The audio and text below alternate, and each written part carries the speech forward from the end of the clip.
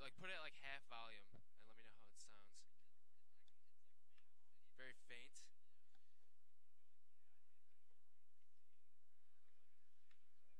All right, try now. Half volume. Test, test. 1, 2, 3. 1, 2, 3. Jake, can you hear me?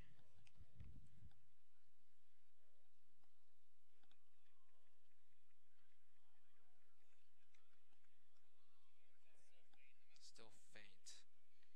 Why did it work so well the other day? That's what I want to know. No, don't. I don't want to do that. Because you don't want everyone to have to put in headphones. Won't the volume be the same? I don't know, cause Stu had no problem with it with the headphones, but people had problems with it with the just plain.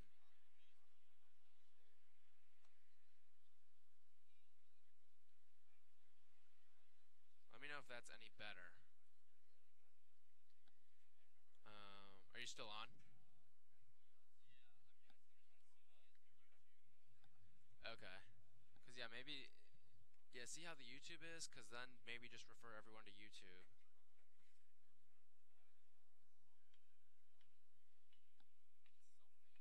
Still faint. Why is this a problem now? We literally had it down the other day. How about now? Hey, Jake. Jake, see if it works now. Hopefully this works. Lagging? Yeah, I'm lagging a little bit too.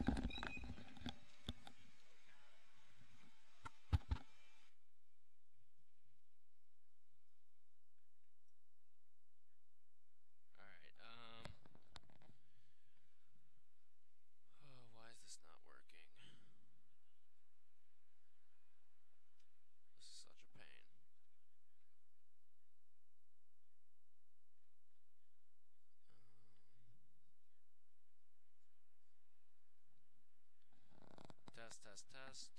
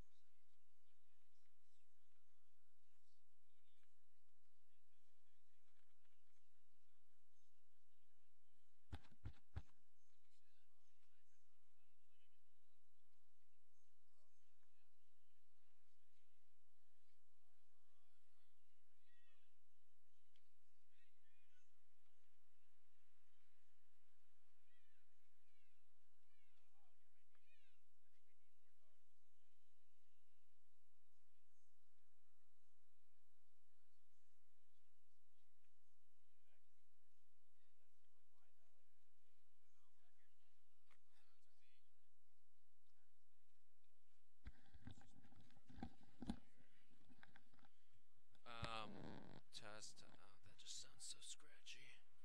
Alright, yeah, this doesn't sound good. I don't know why this isn't working.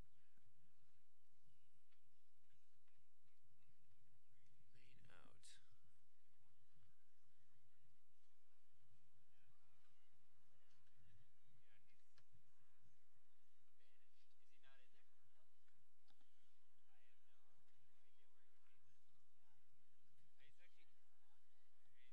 Probably in his office, yeah. He usually doesn't care.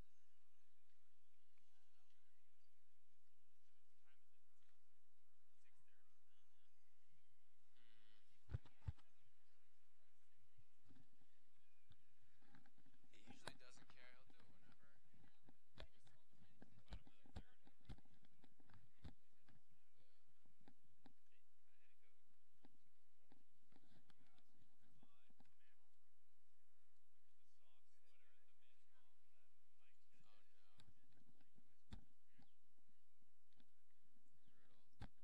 Brutal. Alright, can you keep listening? I don't know why this is choosing today to do this to me. Yeah, because the sound isn't working.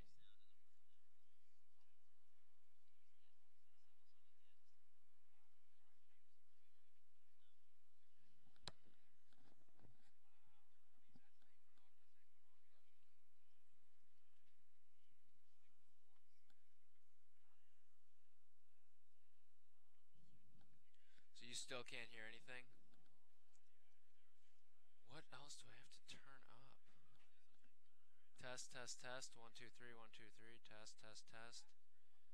I don't know why this isn't working. But you can hear something? I don't know what else I have to test. What about now? Anything? Anything better? It's a little better?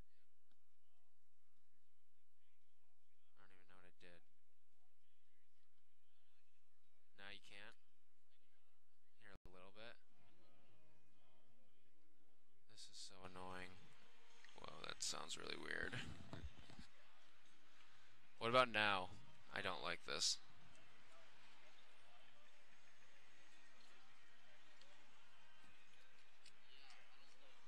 You still can't hear? Oh my god, that's brutal. Little better? Oh god. About now. Wait. Just a lot better. What about now? Is this all right? Wait for me to say, is this all right? And hopefully that works. And if you can't hear that, then I'm going to lose my shit. Uh-oh. It definitely just went really quiet, didn't it? Damn it. That went over the air. Good thing it's quiet. But you can barely hear it now. This is not what I want to do. But how's this? Is this fine? It's probably me yelling.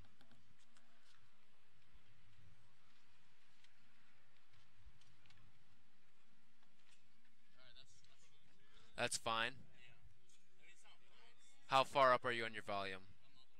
Ah, shoot. Okay.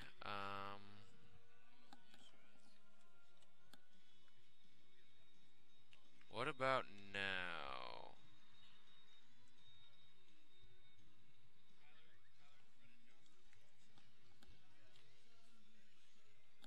Just wait a little bit for when I say what about now.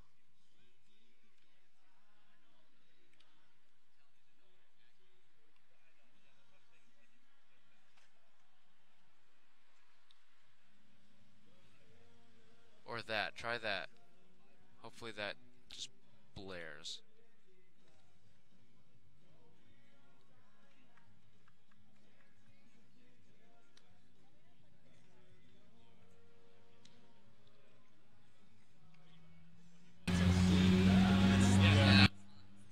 The same.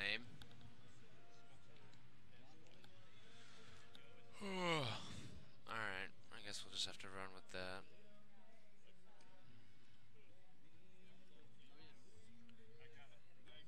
Okay, it's not ideal. Oh, this is so frustrating. What? Test, 1 2 3, 1 2 3, test.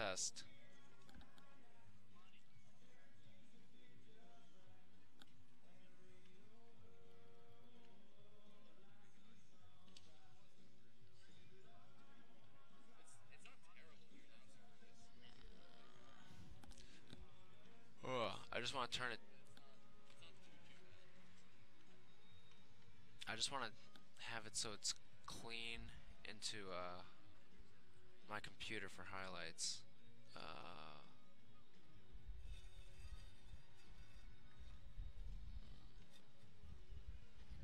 Let's see.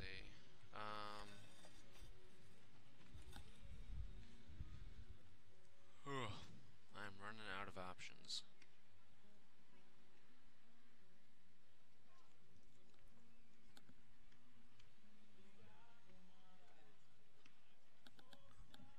I'm semi-contemplating in the future using that bigger board.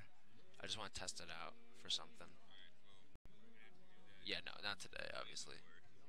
Yeah. I can toy with it a little on... When's our next home game? Thursday against Harwich, right? Next home game's Thursday against Harwich. Friday. What's... Oh, Thursday's an off day, that's right.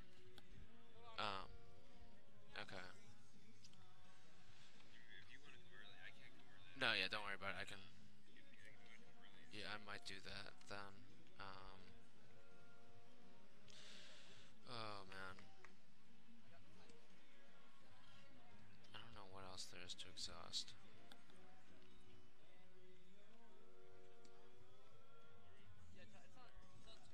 It's not terrible.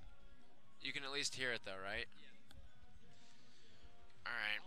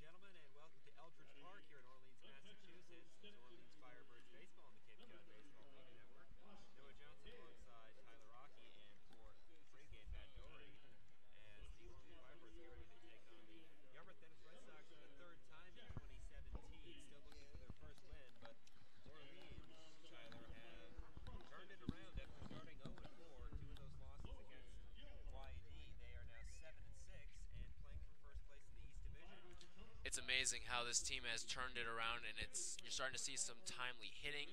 The pitching has been great throughout, and that's all starting to really come together as one unit. And when you've got all of that, not to mention you're getting some guys who will be returning from the College World Series in a little bit, some dangerous threats from the University of Louisville, that's going to piece this whole thing together. And by July 1st, we really start to see everything shape up around the CCBL, and I think Orleans, if they keep playing the way they are right now, they'll be right in the thick of it, especially as the month of July comes to an end. The Firebirds are coming off of a two-game sweep and a doubleheader over the Tuitt Cavaliers. And Matt, both the pitching and the offense really showed up on Sunday as the Firebirds took two to go over 500. Right, and that's something that was lacking earlier in the season in that slow start. The pitching has been there all season long, but the bats have finally came around. Ethan Paul has especially been hot. He's 10 for his last 22. He's been outstanding after a slow start. And Nico Decolati, you talked to Ty about really rounding out this roster. He showed up Friday, and he's been a big bat. And even Cesar Salazar as well. So they're starting to hit, and the pitching is second in the league for a reason in team ERA. They have a lot of good arms in the starting rotation and that bullpen, which is going to carry them this summer. Two Firebirds riding very impressive hit streaks as Jimmy Herron to start the season was on an 11-game hit streak and Brandon Riley on a 7-game hit streak. Tyler, how can they lead the offense today with Riley not in his usual 3 spot? How can they come together and give Orleans their first victory over Yarmouth Menace this season? Well, it's interesting how Kelly Nicholson has kind of shuffled up the lineup. You look at Heron was a guy who he's hit anywhere 2 through 4, and now he's in the leadoff spot. He's the guy that's been getting on. He has some power. We saw the grand slam, and we've seen the doubles, but he's getting on base. He's speedy. He can swipe a bag if he needs to. And then you mentioned Brandon Riley. He's been the 3-hitter all season long, but he's dropped, and it's to no fault of his own. I mean, he's dropped in the middle of a 7-game hitting streak, but you're just getting all these guys in. Nico Decolati, he comes. He's been swinging a pretty hot stick to start out. Cesar Salazar comes. He's been an excellent 4-hitter. He's the guy you really want in that cleanup spot. And then Jax Groshans, a guy who's shown a lot of power. And 6 is just kind of where Brandon Riley fits in the order. So it's not necessarily a bad thing that he's dropping in the order along with Lars Nootbaar. But, I mean, these are two guys who can both put the ball into the outfield and put it deep into the outfield as well. And I think that you just got to kind of play where your role is. And if your role is a 6-hitter, and keep in mind these guys can all be cleanup hitters at their respective universities, but if you're the 6-hitter on an Orleans Firebirds team, it means you're a pretty good ball player. Well, the Firebirds played very well in both games on Sunday, but it was a tale of 2 games for the Yarmouth Menace Red Sox, who won Game 1 14-3 over the Commodores and then lost 2-1 in Game 2 as they dropped to 7-3-1 on the season. They are opposed by Logan Gilbert, who makes his second start for the Firebirds. The tall Stetson student-athlete started 1 game this season and has not allowed an earned run, but he's still 0-1, a tough 6-inning loss in his last outing. And Matt, how can Logan Gilbert, who had a fantastic season with the Hatters, continue to perform up to his ability and give the Firebirds a chance to win tonight? He's just got to keep doing what he's doing. He pounded the zone last time out, and like you said, the unearned run, he was, really impressive. And he's rising up draft boards right now. He's a guy that probably will be in the top couple rounds. Him and Chandler Day look like the aces of the staff, and Gilbert's one of the best in this league. He's just one of those guys where you watch him, and it just comes out of his hand differently than everyone else. And he remember in the rainout, he dominated this YD lineup too. So this is his 3rd time seeing this lineup. He knows these hitters, and if he throws like he did last time out, and the offense, keeps hitting how they're hitting, Orleans should be in good shape tonight. And Tyler, we were talking about this before the broadcast, but the Firebirds, their pitching staff as a whole has been fantastic. A 3.06 ERA as a team so far this season. Talk a little bit about how they've been able to keep opposing hitters off balance and be really consistent and be really fantastic through their first 13 games. Well, you look at all the guys who they've had go. They're all quality stars at their respective universities. We saw a phenomenal debut from Ryan Rollison the other day, and it all comes down to the fact that these guys are getting ahead of hitters and throwing strikes. You look at Rollison. He set down the first 4 innings worth of batters, and was because he was throwing strikes. Now, as he started to get through the second and third time around the order, that started to make things a little difficult. You'd seen him one time, and as the game progressed, the hitters started to pick up on him, and that's why he had a bit of a rough inning where he let up a home run and a double, I believe it was. But I mean, these guys are getting ahead of guys. They're controlling the at bats, and that's ultimately why they've been so successful throughout the season so far. Well, Yarmouth Dennis has a very impressive pitching staff as well, only a 3.22 team ERA. And Matt, Orleans' offense is coming around. How do they approach a very good Red Sox pitching staff this evening? I mean, just put up quality at bats, and I really like what Kelly Nicholson did with this lineup tonight. It's a deep, deep lineup. You see, like you mentioned, Brandon Riley batting sixth, something that we haven't seen. I think this is, probably the best lineup they've put out all season in terms of 1 through 9. And I like, Riley and Noop are kind of 6-7, and it really balances it out. So just keeping up those quality at bats. Earlier in the season, I think, this happens with a lot of teams just getting used to the wood bats, but keep putting out quality at bats, and it's a nice 3 through 7 tonight. Really, Jack Scroshans is in that 5 spot. He's been swinging the bat well, and obviously Jimmy Herron's been the best hitter in the Cape Cod League this summer. So I think just keep doing what they're doing, being aggressive, putting good swings on the balls, and the timely hitting has to be there tonight. Well, the Orleans Firebirds getting ready to wrap up a 3-game homestand as they get ready for their third matchup of 6 with the YD Red Sox. We'll take a quick break. Tyler and I will be back with lineups and first pitch. This is Orleans Firebirds Baseball, the Cape Cod Baseball League Network.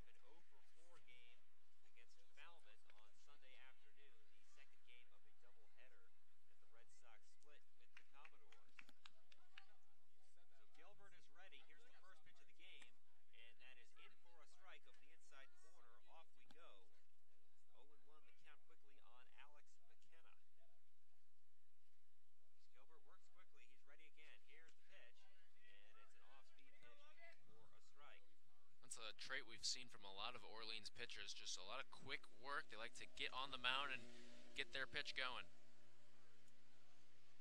Here's the pitch, and that is over the outside corner, strike three. Good morning, good afternoon, good night. McKenna goes down on 3 pitches, and it's a good start for Logan Gilbert, who strikes out the first man he faces. And with 1 out, that will bring up Nico Horner, the second baseman out of Stanford, one of the most dangerous hitters in this YD lineup. He's batting .361, tied for the team lead with 2 home runs, and leading the team with 8 RBIs. The first pitch is down and away for ball 1.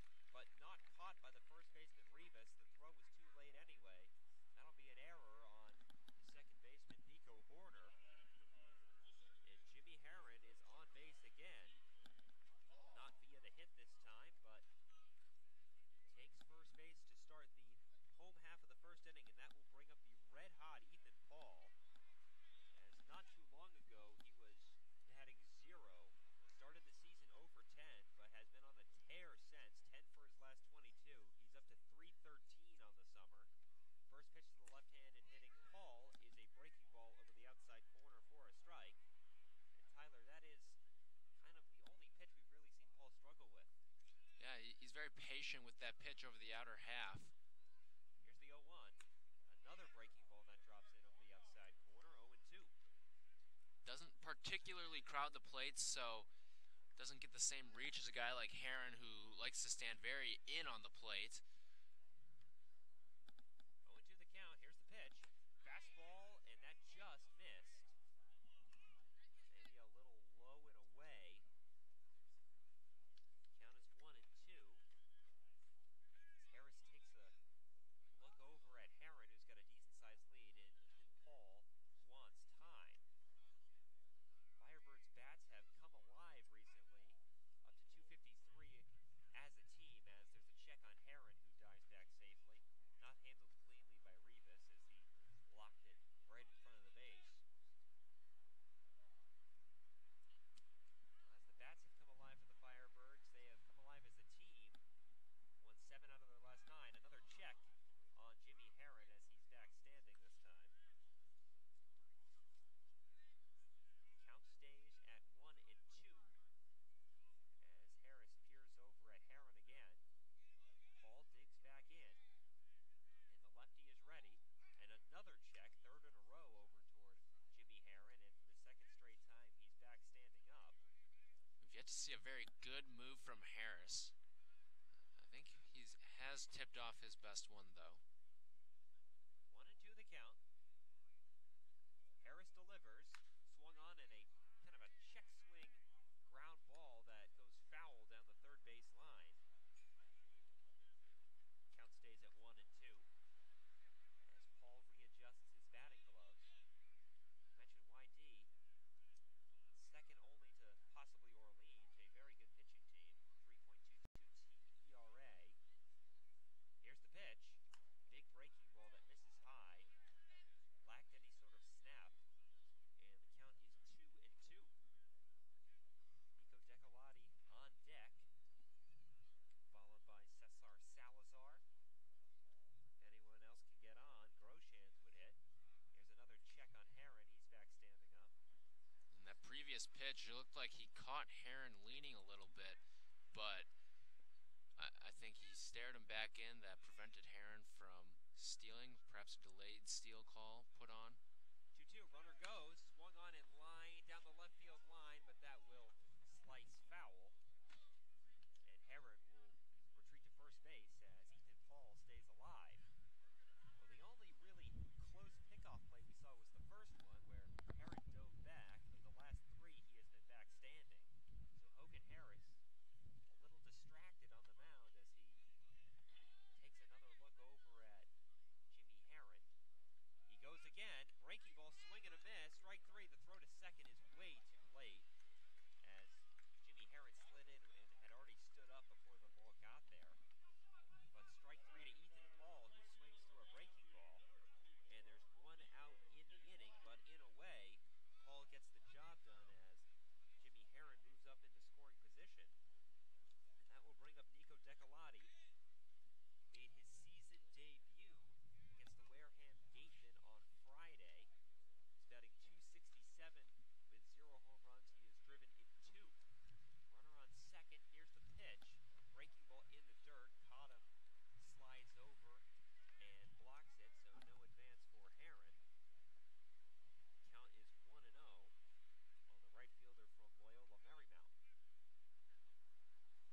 Decolati's been a nice addition to this Orleans offense. He's helped cruise to a couple wins. The pitch is inside. The count is 2-0, so a good hitter's count here for Decolati. Orleans'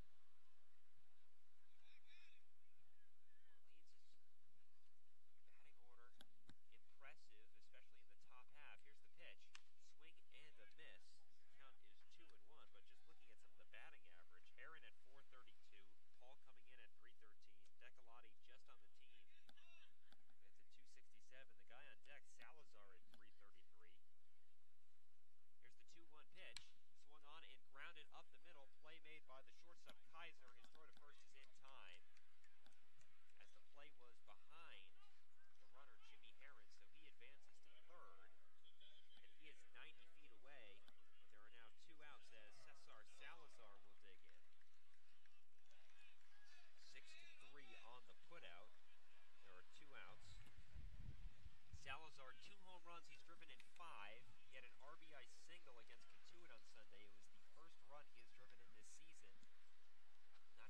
a home run.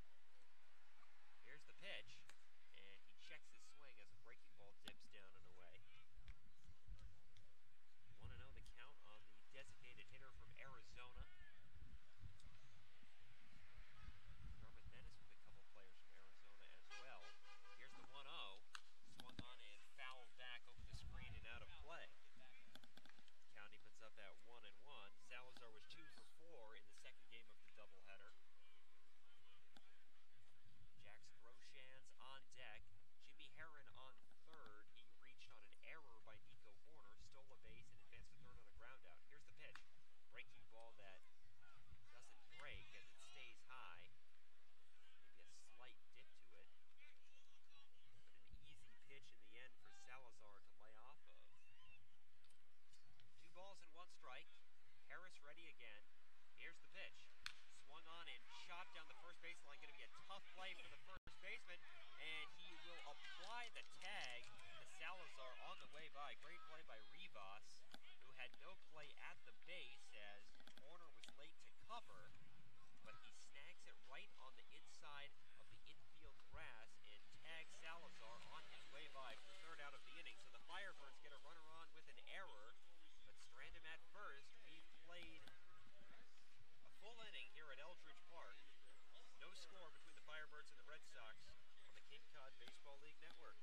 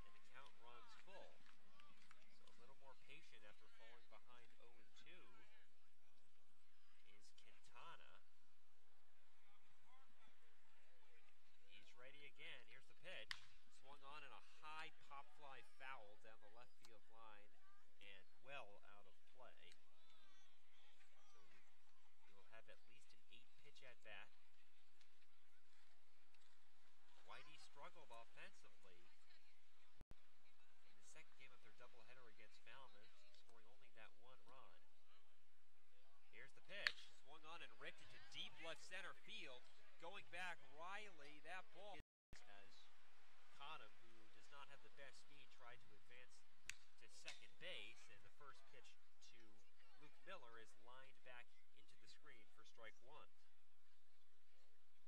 0-1 the count. Here's the pitch, and it is low and in the dirt. Count evens up at 1 ball and 1 strike. So after the single, Cottom retired 7-4. Here's the pitch, swung on and fouled off. That's over the screen and out of play. It's 1-2. And that's the first earned run allowed by Gilbert.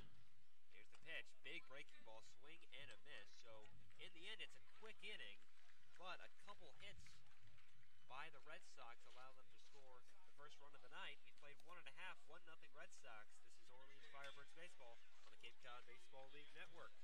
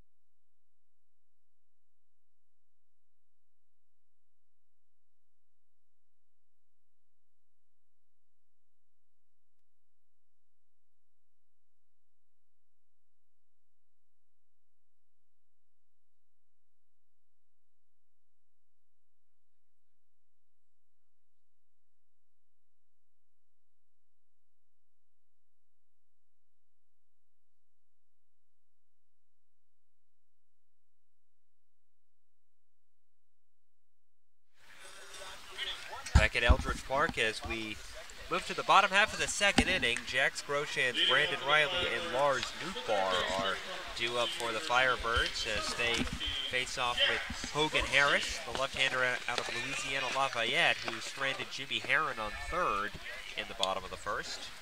RBI single by Cole Cottom has YD ahead after Nick Quintana launched the leadoff double off the fence in left center field. First pitch to Groshans is a breaking ball that dips in for a strike. 0-1 the count. Brandon Riley on deck. Here's the pitch. Swing and a miss. Another breaking ball. It's 0-2. Groshans, couple home runs on the season. Here's the 0-2. Fastball, strike three call. Over the outside corner, right at the knees. That's a tough pitch for Groshans to handle after a couple breaking balls to start the at-bat. And it's a three-pitch strikeout to start the bottom of the second for Hogan Harris. As Groshans strikes out looking. Here's Riley, riding a 7-game hit streak. First pitch, breaking ball is in for a strike. They literally came up at the same time. So I don't know. 0-1 the count. But I toyed a little with it, so. Riley batting .333 on the season. Here's the pitch. Fastball misses down and away. 1-1. On Saturday, had a big go-ahead 3-run triple in Harwich. Here's the pitch. Swung on and lashed foul off to the left. Count is 1-2.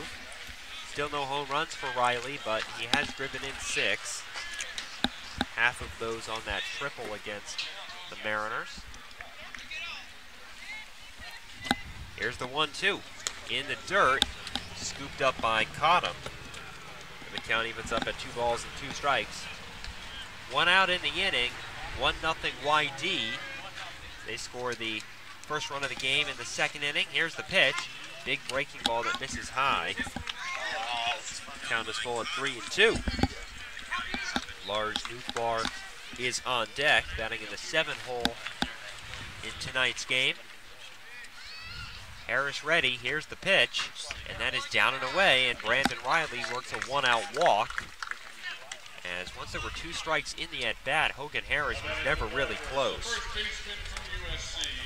So advancing to first is Riley. A couple base runners for the Firebirds in the early going without a hit. As Newtbar digs in. He's down to 167. No home runs, he's driven in 1. Has not had trouble walking so far this season, leads the team with 13. Here's the pitch, swung on and lined into left field, and that is going to drop in front of Luke Miller, the left fielder. The throw comes into second behind Riley, but he darts back to the base. So there's the first hit of the evening for the Firebirds, and they're on first and second with 1 out for Austin Hale. We've seen Newtbar be very patient at the plate, and it's resulted in a lot of walks, but he hasn't gotten a ton of hits this season. So good for him to finally get one out and find the outfield grass. He's hitting just 167 this year, but his on-base percentage doesn't reflect how often he is on the base paths.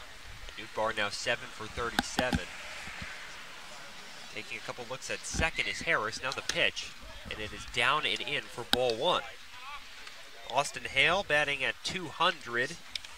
2 for 10 so far. 0 home runs, 0 RBIs. Harris ready, here's the pitch, that is down and in. And now going out to Chet is the catcher Cole Cottom. Well, we know that we'll see Austin Hale every time that Logan Gilbert pitches. They're teammates at Stetson. Hale managed quite a fantastic season, as we mentioned, for Logan Gilbert. Was the star of the Hatters pitching staff during the spring. Hale a chance to do something with his bat here. Here's the 2-0. He takes ball 3. They'll check down the first baseline, and Hale went around according to the first base umpire as the Orleans crowd collectively raises their complaints. Very late call. So it's 2-1. Harris ready, here's the pitch. And that one's inside, no swing that time by Austin Hale. So he's in control at 3-1. The number 9 hitter Jeff Hotby on deck. Harris is ready. Here's the pitch, and that's down and in. He walked him. So Hale takes his base. Second free pass of the inning issued by Austin Hale, and they're loaded with 1 out. And that will bring up the number 9 hitter, Jeff Hotby, 222, 0 home runs, 4 RBIs, was 0 for 3 in Game 2 of the doubleheader against Catuit.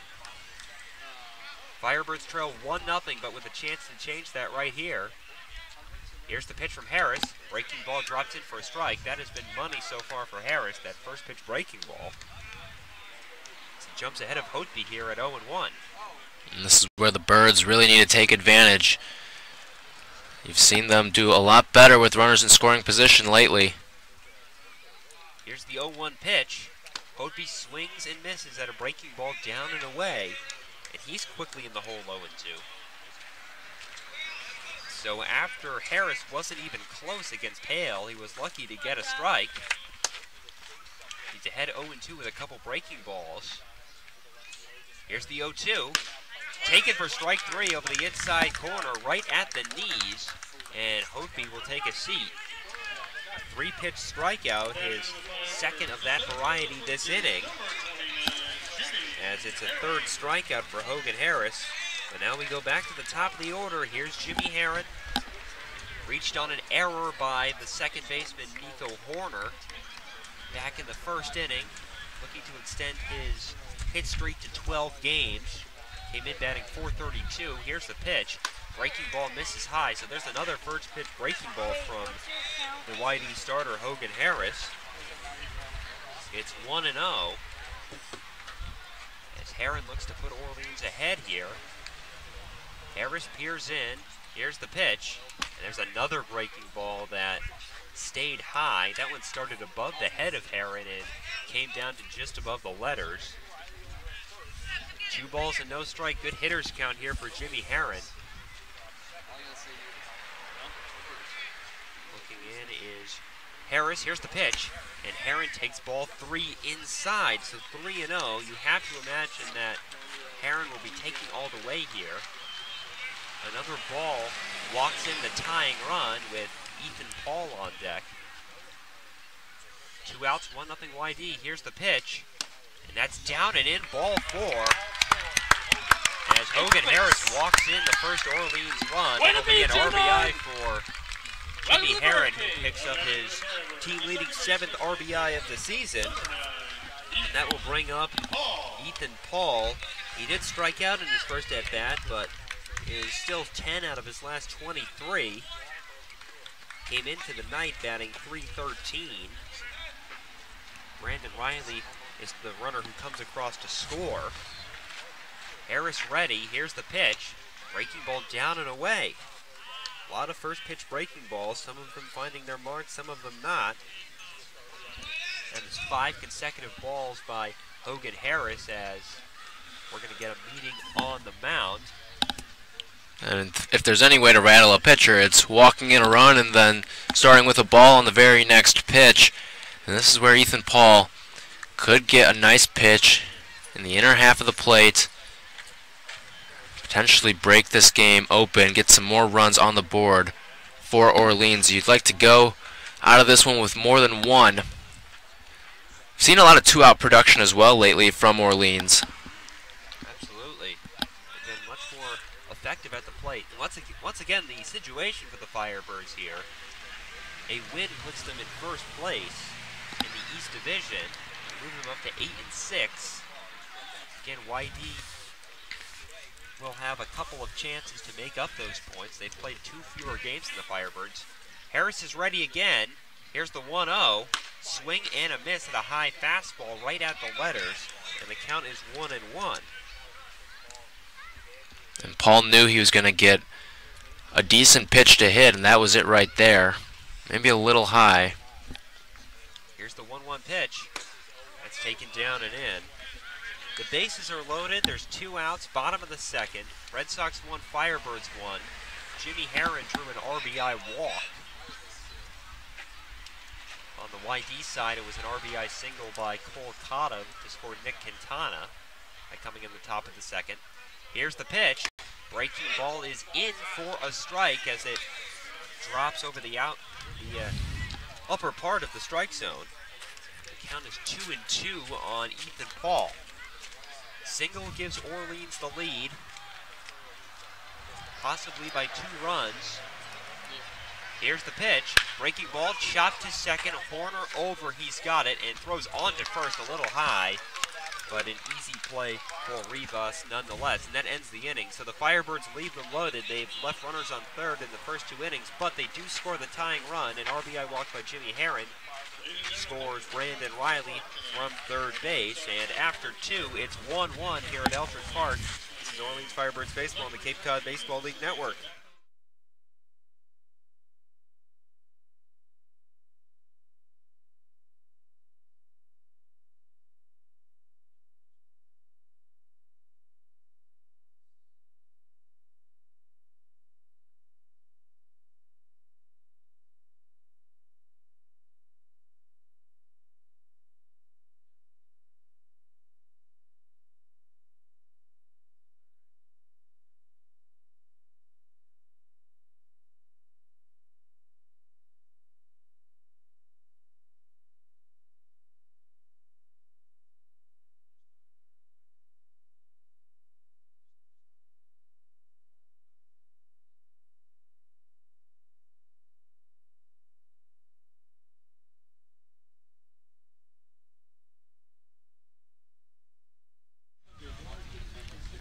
Natalie Cardenas here, back at Eldridge Park, where Orleans and YD are both tied at 1 going into the bottom of the second.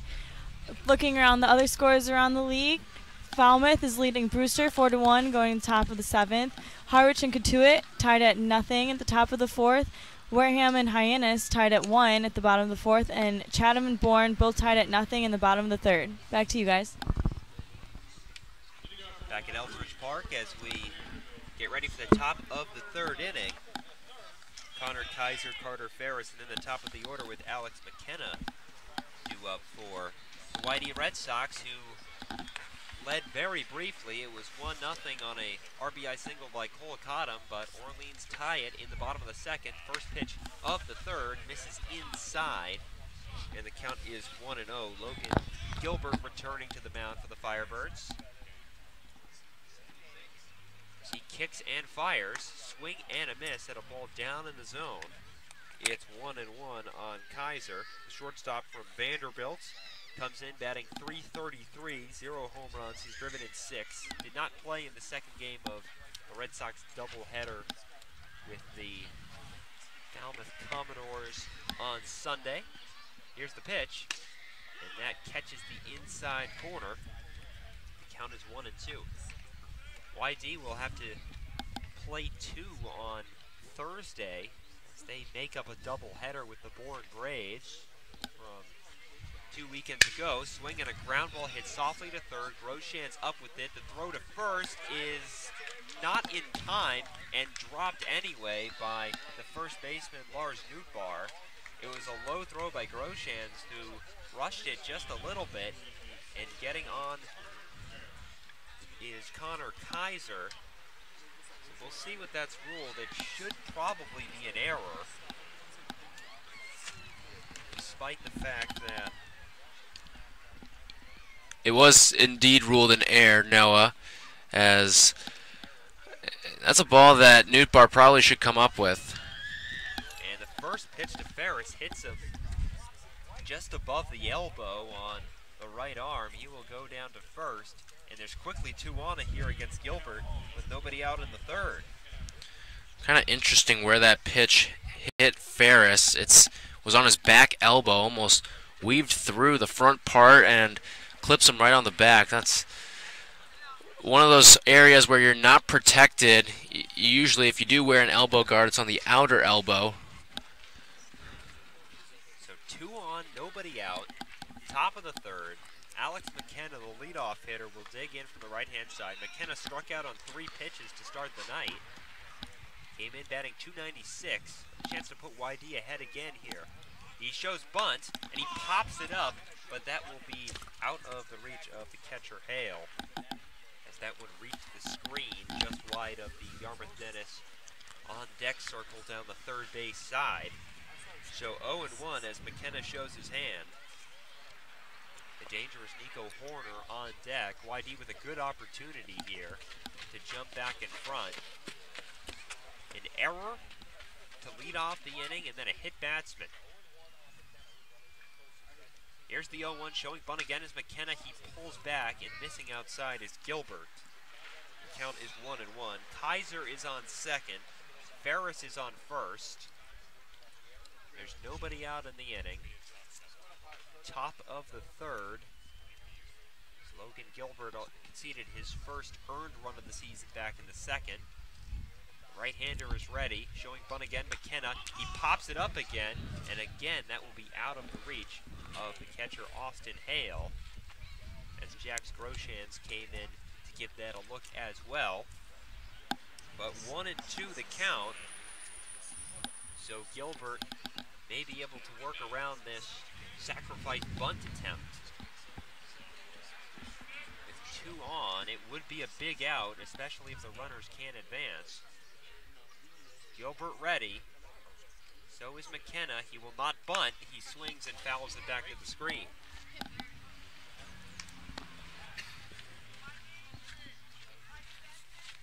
A nice job by Gilbert of elevating that fastball so McKenna would have to pop a couple up.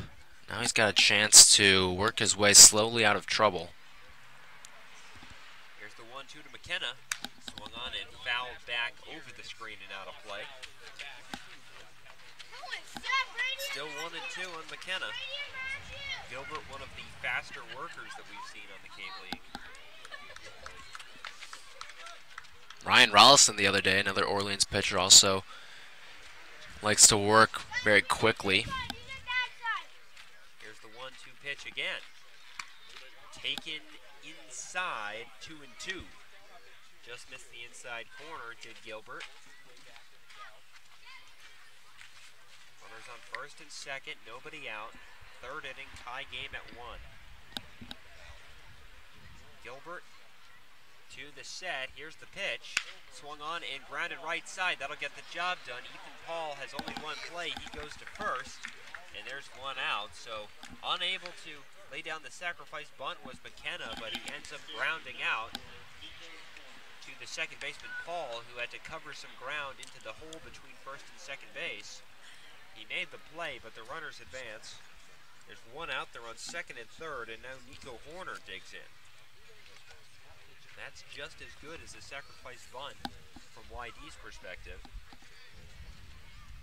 Now Gilbert has to deal with Horner. Here's the pitch, and that misses up and in, 1-0.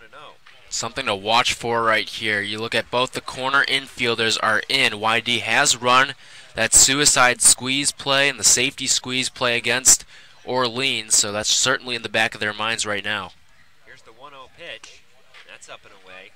So 2-0 on Nico Horner, the second baseman out of Stanford. He singled and was retired on a 4-6-3 inning-ending double play back in the first. Here's the pitch. Check swing, but it's a called strike on the inside corner. 2-1 the count. Those first two pitches to Horner were both up in the zone. Any potential bunt probably would have been popped up. Carlos Cortez is on deck. Here's the pitch. Swung on and lashed foul down the right field line. That one will reach the crowd. 2-2 the count, so a strike away is Gilbert. After he fell behind 2 balls and no strikes. As Horner swung at ball 3 there, it was a fastball up and away. Here's the 2-2 from Logan Gilbert. Swung on and grounded softly to third, and no play for Groshans, who couldn't get it out of his glove. Reaching is Nico Horner. The run comes in to score. It will be interesting to see how they score that. I would imagine that it's going to be an error on Groshans, but we'll wait. I'm right there with you. That ball was definitely one that Groshans could have made a play over at first. Should have been an RBI ground out, but instead, looking like it's going to be an unearned run on Gilbert's tab. We'll wait and see. We don't have an official score on that play yet. If that is the case, that would be the second error in the inning on Orleans. Here's Cortez, and the lefty takes a ball off the plate. 1-0 the count. We'll keep tabs on how that is ruled. Soft ground ball. Groshans wanted to come to the plate but couldn't get the ball out of his glove, and then it was too late to go to first, as checking on Horner is Logan Gilbert.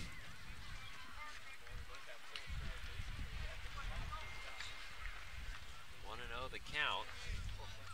First and third, YD back in front, 2-1. Here's the pitch. Pitch out and no movement by the base runners. 2-0 the count, and now behind is Gilbert against Carlos Cortez, who came in hitting at 400. He's got a good hitter's count here. Here's the pitch, runners hold, swung on and fouled back and out of play. That's over the street and into the woods. 2-1 the count. So those 3 stranded runners looking big here for Orleans. Here's another look at Horner, who's back standing up. The throw is high as Newsbar had to reach and grab it. 2-1. Whitey looking to extend their lead. Gilbert delivers, and it's up and away. 3 balls and 1 strike. Good hitter's count if you're Carlos Cortez. I'm not sure Gilbert is completely focused on him. He seemed a little preoccupied with Horner over at first base. Gilbert at the bell. Here's the pitch. Runner goes. Swing and a miss. The throw down to second base is picked and not in time. Good play by Hotby at second to pick that and prevent it from going into center field, but the tag was a little delayed, and Horner steals second base. Yeah, if that ball's on a line, I think they have him at second base, but luckily the Birds didn't let up a run right there. 3-2 on Cortez. Here's the pitch. Check swing. Did he go? And strike three, as the home plate umpire says that Cortez foul tipped that into Hale's mitt. It didn't look like he got all the way around, but foul tip strike three is the call, and that will bring up Nick Quintana. And I think that definitely got a piece of Cortez's bat. You could hear a foul tip, but it didn't look like his bat had gone around enough for that to have been tipped into the mitt, but not much of a fight by Cortez. I think we would have seen him be a little more outraged if he actually did not tip that one. Quintana digs back in. He scored the first YD run after lofting a leadoff double back in the second inning to left center field. Here's the pitch. Swing and a miss. Big cut from Quintana. We've seen a few of those from him. The count is 0-1. Third baseman out of Arizona. Came in hitting at 211. He looks to extend the Red Sox lead. Here's the pitch. Swung on and grounded to third. Groshans will get another chance. He stumbles. His throw to first is well in time as they throw out Quintana to end the inning. But YD reclaims the lead. It's in either an RBI or just a run scored. We'll see how they score it as we wait for official word on the short ground ball to Groshans. So after 2.5, 2-1 YD. This is Orleans Firebirds baseball on the Cape Cod Baseball League Network.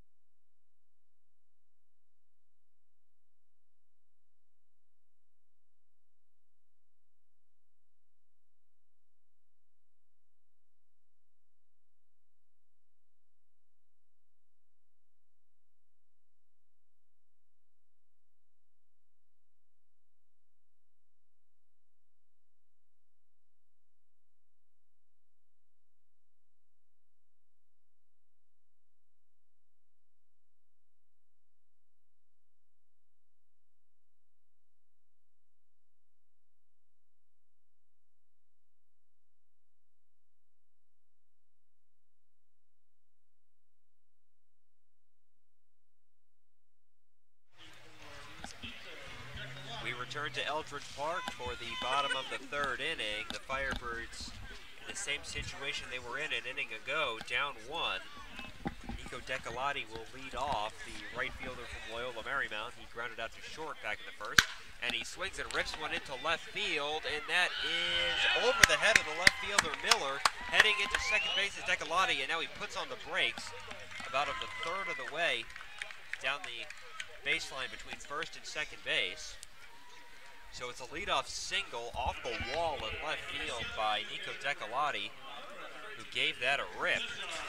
And he almost hurt himself there by hitting that ball too hard, because that ball just came on a rocket right to Miller, and it was just a quick turn and throw to second. Otherwise, I mean, Decolati, that's going to be the deepest single we'll see all season, I'd have to guess.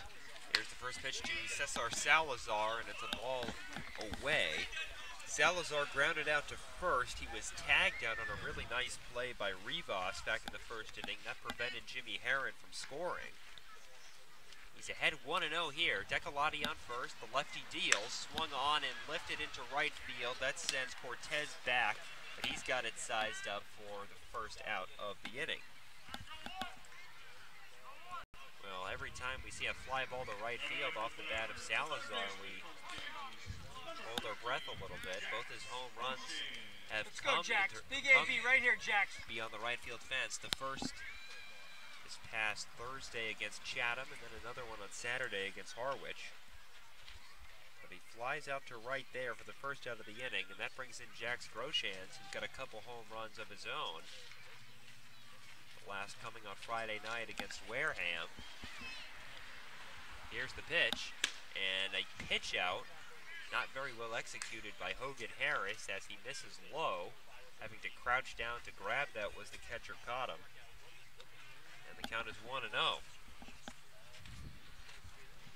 Harris will now check on Decalotti, who scrambles back to the base. 1 ball and no strikes, 1 on, 1 out, bottom of the third. Yarmouth Dennis 2, Orleans 1. Here's the pitch. Breaking ball drops in for a strike, and the count evens up at 1-1. Groshans with a big hole over on that right side as they shade the middle infield trying to get the double play. Looks like Horner giving a little extra space over on that right side. If Groshans can punch one the other way, Decalotti should go first to third. Here's the pitch. Swung on and grounded wide of third, foul. 1-2 the count. Looks like that's exactly what Groshans was trying to do. Almost trying to give a little inside-out swing. But when that ball comes in on you that much, very difficult to do. Put it the other way. Groshans, a freshman from Kansas. We've seen him heat up lately. He's only a .237 hitter for the Jayhawks this season, but he's up to .250 with the Firebirds. Here's the pitch, swung on and fouled off to the right. Go, Jax. Stays 1-2.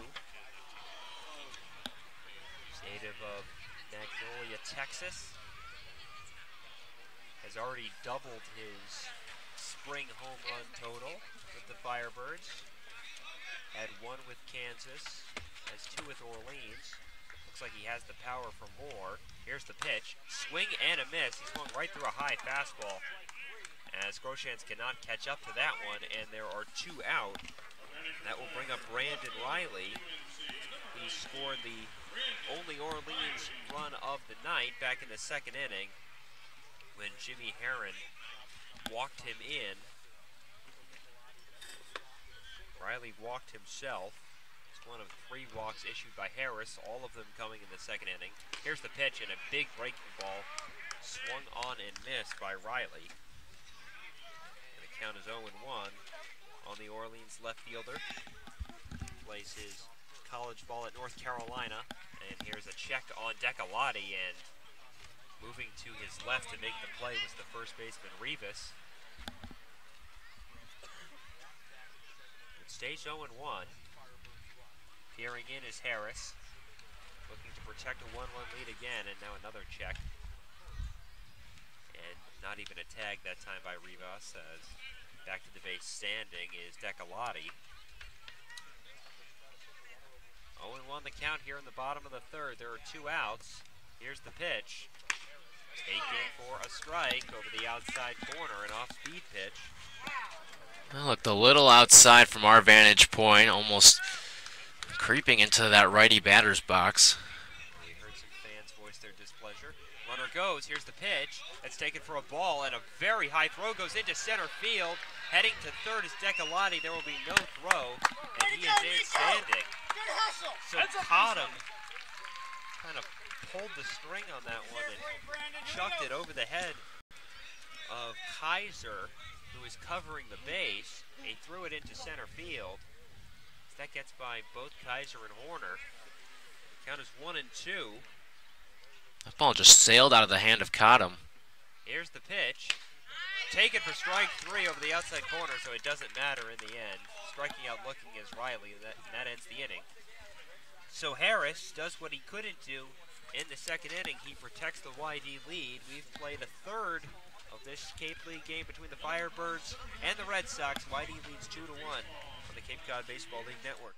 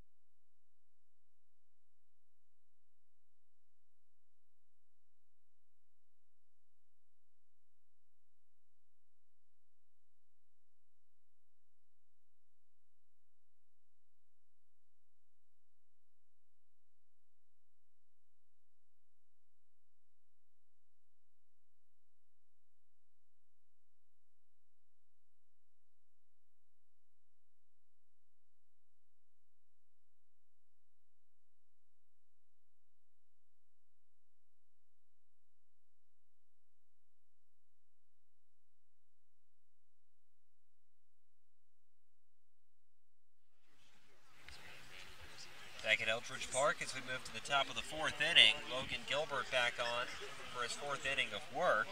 He's allowed 2 runs on 3 hits to this point. He's also collected a trio of strikeouts. He will face the 5, 6, 7 hitters in the YD batting order, starting with Alfonso Rivas. He grounded up to second, and he swings and hits a broken back ground ball to deep short, and the play is made by Hotby, who fires on to first for the out. 1 pitch, 1 out, as Rivas is retired. That will bring up Cole Cottom, the catcher from Kentucky. Cottom drove in the first YD run. A single down the left field line was thrown out at second when he tried to extend the play into a double. Digs in from the right-hand side. Came in hitting .353. Grabbed his 3rd RBI of the season. Back in the second as he swings and fouls the first pitch off to the right, out of play. Count is 0-1 on Cottom. Show Gilbert a little more trouble the second time around against YD. Again, only gave up 1 unearned run in his first outing. Here's the pitch. And that is outside. 1-1 the count. That first outing came a week ago yesterday. A 2-1 victory for the Red Sox, who have won the first 2 meetings of the season with Orleans. Here's the pitch, a breaking ball hit high in the air to center. Moving over is Jimmy Herron. He sidles under it to make the play. So quickly 2 outs here in the 4th. That will bring up Luke Miller out of Indiana, who watched a line drive go over his head and off the fence back in the bottom of the 3rd, but he made a strong throw into second to hold Nico Decolati to a 300-foot single. Miller was a strikeout victim back in the 2nd. Here's the pitch. That's taken for a strike. Would have been on base if Cottom hadn't been thrown out at second base, or would have had to come up with a runner on base. Was 1 for 3 yesterday. Here's the pitch. Swung on and fouled off. So quickly 0-2. Gilbert working quickly again. A little light activity in the Orleans bullpen. A couple guys stretching out. Here's the pitch. Swung on and fouled off to the right. Count stays 0-2.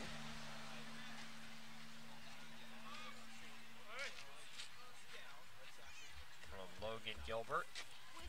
Here's the pitch. That misses high. First ball of the count, it's 1-2. Gilbert peers back in. The 6'6" righty is ready. Here's the pitch. That's in the dirt. It skips away from Hale. Count evens up at 2-2. No walks today again for Gilbert. Doesn't walk many. Only issued 26 free passes with Stetson. Here's the pitch. It's fouled off again. A good battle by Luke Miller. Count stays 2-2. It's 26 walks paired with 107 strikeouts, as he made 15 appearances for the Hatters. Again, as we mentioned earlier, that 10-0 record. ERA of only 2.02 on the season. Here's the 2-2. Swung on and ripped into right field. That sends Decolati back. He can't make the play. It one-hops the fence. Heading to second is Miller. It's a good throw into second base, but not in time. It was picked by the shortstop Hotby, but his tag came down too late. It looked like the throw beat him by just a fraction, but the short hop to Jeff Hotby prevented the tag from being dropped in time. So it's a leadoff double, or a 2-out double for Miller, and that brings up Connor Kaiser. Digs in from the right-hand side. Kaiser reached on an error and scored a run in the 3rd. Here's the pitch from Gilbert. He swings and rips one into right center field. That'll give Whitey a 3-1 lead. Heading to second is Kaiser. The throw comes in from Herron, and diving in is Kaiser with the 2nd consecutive double for the Red Sox as they extend their lead to 3-1. That ball was ripped over the head of the second baseman, Ethan Paul and into the gap in right center field. Back-to-back doubles have YD ahead 3-1, and that brings up the number 9 hitter, Carter Ferris. Ferris batting .263 coming in. He was hit by a pitch and stranded at third back in the third. As he bats for the second time this evening. Gilbert looking to get out of the inning. Here's the pitch. Swung on and popped up on the infield. It'll be the first baseman, Newtbar, who reels it in.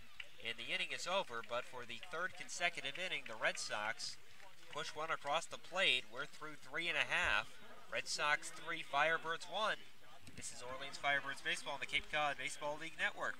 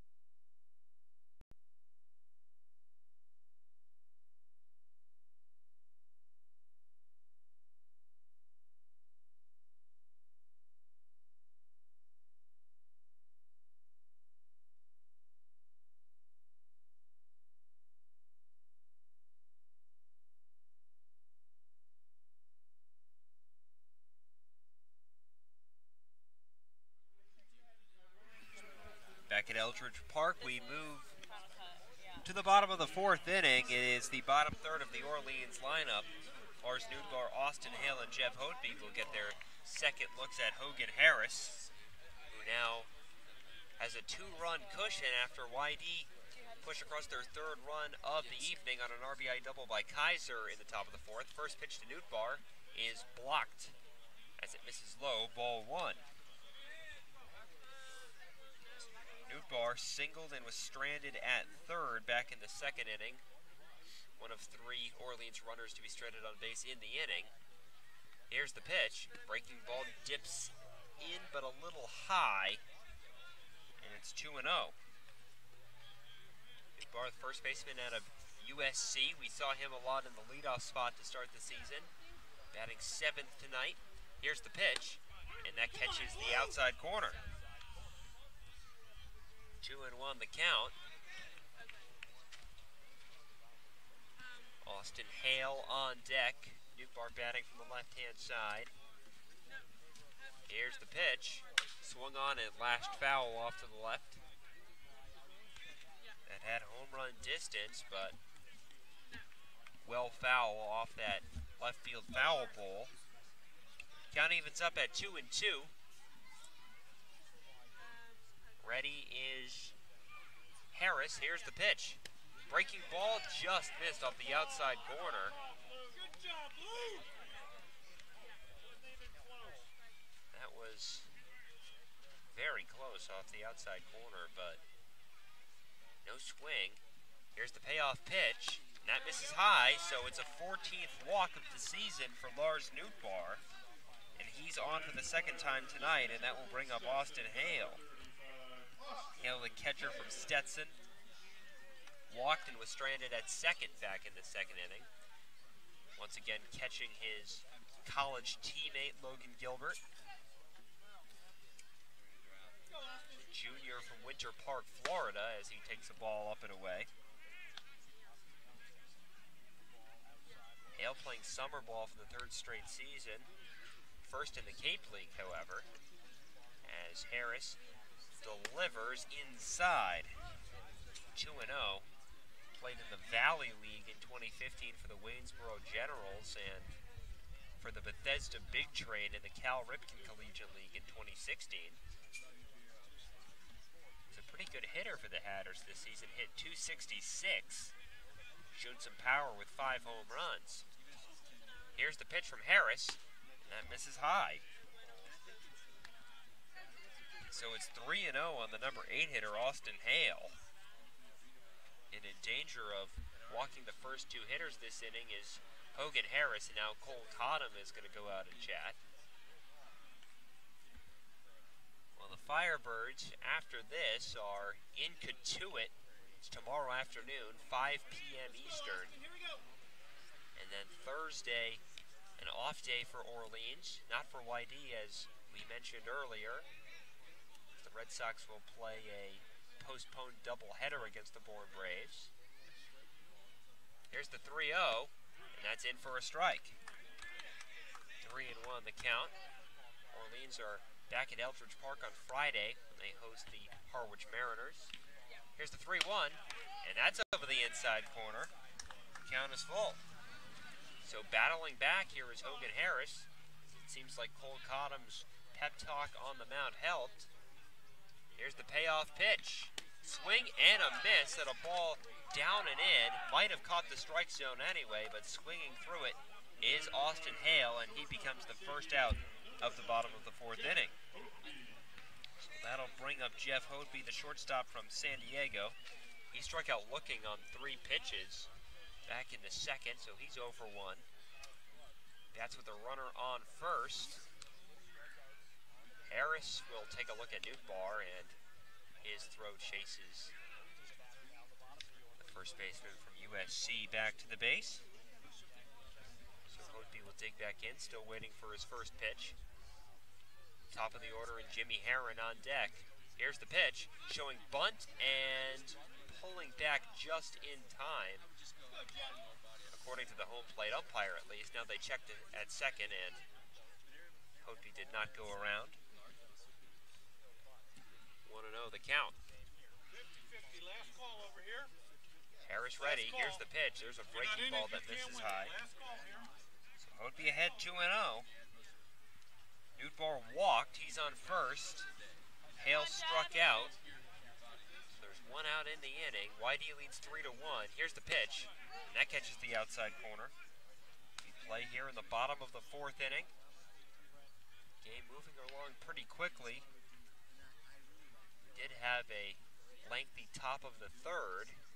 Here's the pitch, showing bunt again, and pulling back in, taking a strike, is Jeff Hoadby. Count is 2-2. Moderate lead over at first base for Lars Nootbaar. Here's the 2-2, swung on and flipped foul down the left field line. Count stays at 2-2. Orleans looking to move to 8-6 with a win. Again, that would put them ahead of YD, at least for the moment. First place. Here's the pitch, swung on and fouled off again as that one is chopped to the backstop. Good battle here by Jeff Hoadby as he has seen 6 pitches. You'll see a 7th right here. Orleans has already stranded 5. Here's the pitch. Swing and a miss at a ball in the dirt. A good breaking ball by Hogan Harris. As swinging right over the top of that was Jeff Hoadby. He had no chance. And there are 2 out here in the bottom of the 4th. Second strikeout of the inning for Hogan Harris. It's his 7th of the game. And now here's Jimmy Herron. Still looking to extend that 11-game hit streak as he takes the ball down and in. He has reached base twice, reached on an error by Nico Horner. It was back in the 1st inning and then had an RBI walk in the 2nd, which scored Brandon Riley. That's the only Orleans run. Here's the pitch. Breaking ball and blocked by Cottom. Heading for second is Nootbaar. He is safe. Safe at second base is Nootbaar. Cottom disagreed. The shortstop Kaiser disagreed. Same can be said for the second baseman Nico Horner, who was in on the tag. The base came dislodged out at second. So it was a hard slide by Lars Nootbaar, but he advances on a wild pitch. Count is 2-0, runner in scoring position for Heron. He swings and rips one into deep left field. That ball is back, and it is caught on the track by Luke Miller to end the inning. So a loud third out. Heron hit it a ton, but just not high enough to get it over that left field fence. The catch is made by Miller, and the inning is over. We've played 4. Orleans threaten again, but do not score. 3-1 YD as we move to the top of the 5th on the Cape Cod Baseball League Network.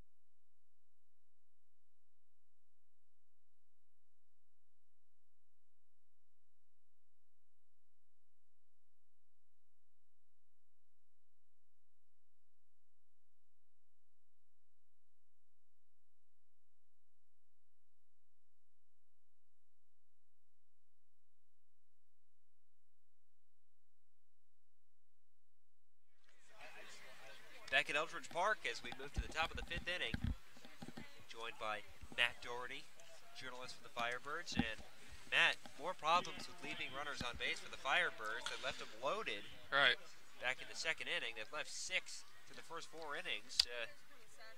That problem's still... Right when we thought that problem was gone, the last couple games, they were getting the timely hits. You know, that game against Harwich. First pitch to McKenna is low. The game against Harwich on Saturday night when Brandon Riley came up with the clutch hit, and they had a couple against Katuitt on Sunday, but yeah, a lot of runners left on base tonight. There's the 1-0, and that's low as well, 2-0. Alex McKenna 0 for 2. Came in batting .296. He struck out looking in the first, grounded out to second in the third on what was essentially a sacrifice bunt. There's a ball inside, 3-0. What's your take on Logan Gilbert so far tonight? He has not been as sharp as we saw him in the canceled game 2 Fridays ago, as the 3-0 is in for a strike. Yeah, he hasn't been as sharp. They're putting a lot of good swings on his ball. It just feels like he might be leaving the ball up a little too much. And here's the pitch, and that catches the outside corner. It's 3-2. And the defense also isn't helping him. An error in that 3rd inning, and then the fielder's choice again that brought in a run. So should be a 2-1 ball game right now. Payoff pitch is lashed foul down the left field line as the barrel of McKenna's bat followed the ball. He will get a new stick. Count stays at 3-2. What have you seen from the Orleans offense tonight? How can they get back into this game? Well, I mean, they're putting up good at bats. I just think, they just haven't had the timely hits. They've, Harris has walked 4 batters. He's given up a couple of hits, so they've had, 7-8 base runners in just 4 innings. You got to get those timely hitting. The base is loaded with 1 out in the 2nd, and, you got to come up with those hits.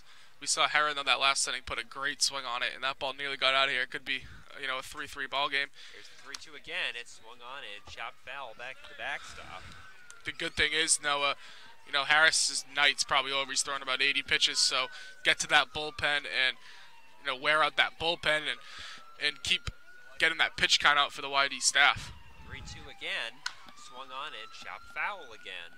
Wide of third. Quite an at-bat here, as that's now 8 pitches seen by McKenna. We saw 7 back in the 3rd. Gilbert is ready. Here's the payoff pitch once again.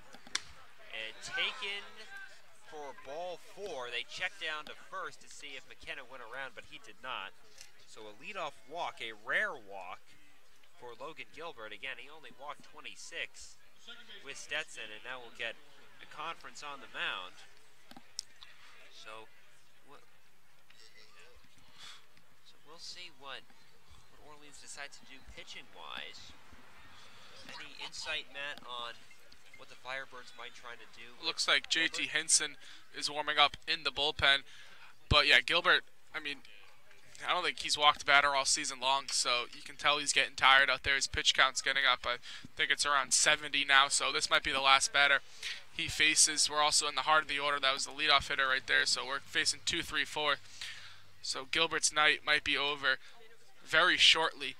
And no, that's something that the Firebird staff has done so well is they haven't walked anyone. I mean, game after game, just one or two walks, if that. And Gilbert especially is a control artist, and to see him walk a batter there, he's behind 3-0. Looks like he's getting tired, and we're going to have to go to the bullpen here in the 5th inning. Here's Nico Horner. He's been on base twice, singled in the 2nd, and then reached on a fielder's choice. We were unsure what the ruling would be. He just hit a chopper to the third baseman, Groshans. Here's the pitch, and a pitch out, and we'll see if Orleans just try to burn a little bit of time here to get a reliever in the game. Count is 1-0 on Horner. Gilbert at the belt. Here's the pitch. That's down and away. 2-0 the count. Double barrel action in the bullpen. It looks like Brooks Wilson is up alongside JT Hinson as well. Wilson was credited with the save in the 2nd game of the doubleheader on Sunday. Here's the 2-0 pitch from Gilbert, and now he checks on McKenna. The tag slapped down by Newtbar, but not in time. So Orleans trailing 3-1. We're in the top of the 5th. Whitey with a runner on and nobody out. Nico Horner at the dish. Here's the pitch. Swung on and popped up on the infield. In comes Hotby, the shortstop, still drifting toward the pitcher's mound, and he puts it away for the first out of the inning. As Kelly Nicholson is going to come out. And that is going to do it for Logan Gilbert, who goes 4 1/3 and is on the hook at the moment for the loss. So we will take a quick break after Gilbert walks a man and induces a pop-up to Hotby at short to start this 5th inning. It's 3-1 YD as we get a call to the bullpen here at Eldridge Park. Give you all the information when we return. This is Orleans Firebirds Baseball on the Cape Cod Baseball League Network.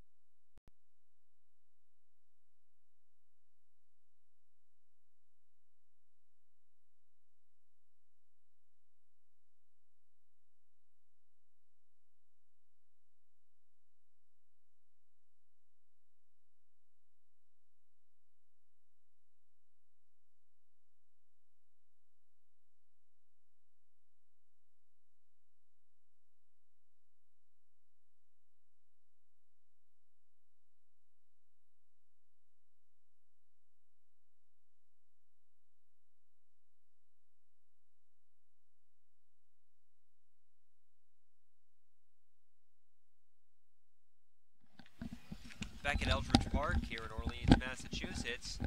New pitcher for the Firebirds out of Florida Southern is JT Hinson, who makes his team-leading 6th appearance of the season. No wins, no losses.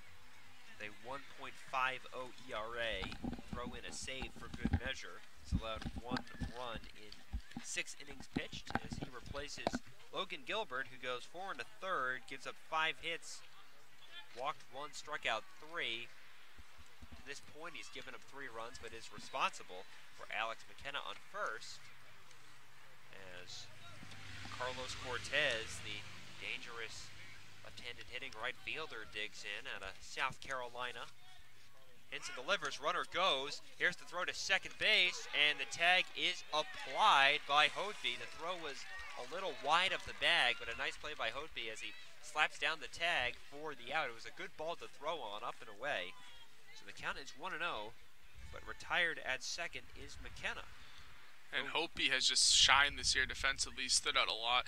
And right there, getting that tag. Popped up on the infield. Newtbar coming in, as is the third baseman Groshans, and Groshans makes the play on the right side of the infield, and that ends the inning. So the Firebirds escape any further damage as the job is done on 2 pitches by JT Henson. So close the book on Logan Gilbert. We're halfway through this one. YD 3, Orleans 1 on the Cape Cod Baseball League Network.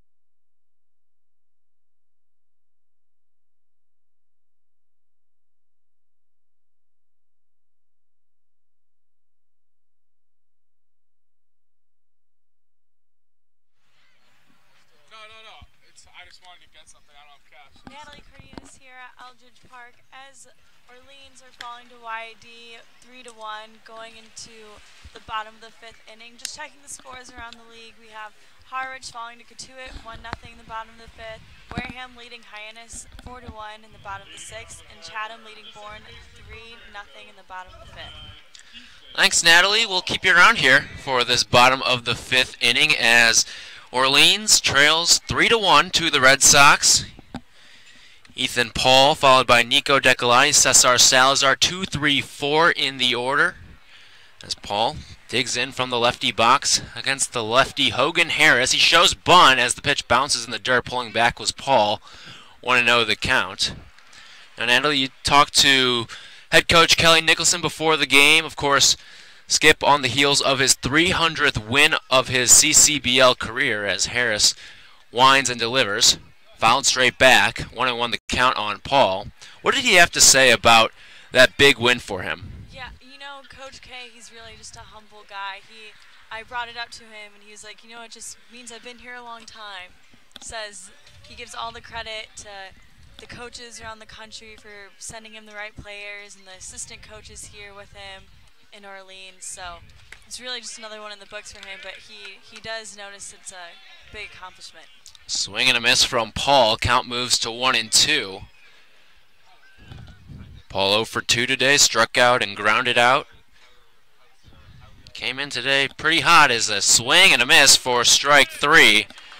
And that's out number 1 to start this bottom of the 5th inning. Hogan Harris, for him, that's his 8th punch out of the game. He's been solid throughout, and that brings up Nico Decolati. Singled back in the 3rd, grounded out in the 1st. Also stole a bag. He digs into the right side, 1 away. Bottom of the 5th inning, 3-1 Red Sox over the Firebirds. Harris, the lefty, winds and delivers. Hit foul down the first base line, out of play. 0-1 the count. What else did Coach K have for us before the game today?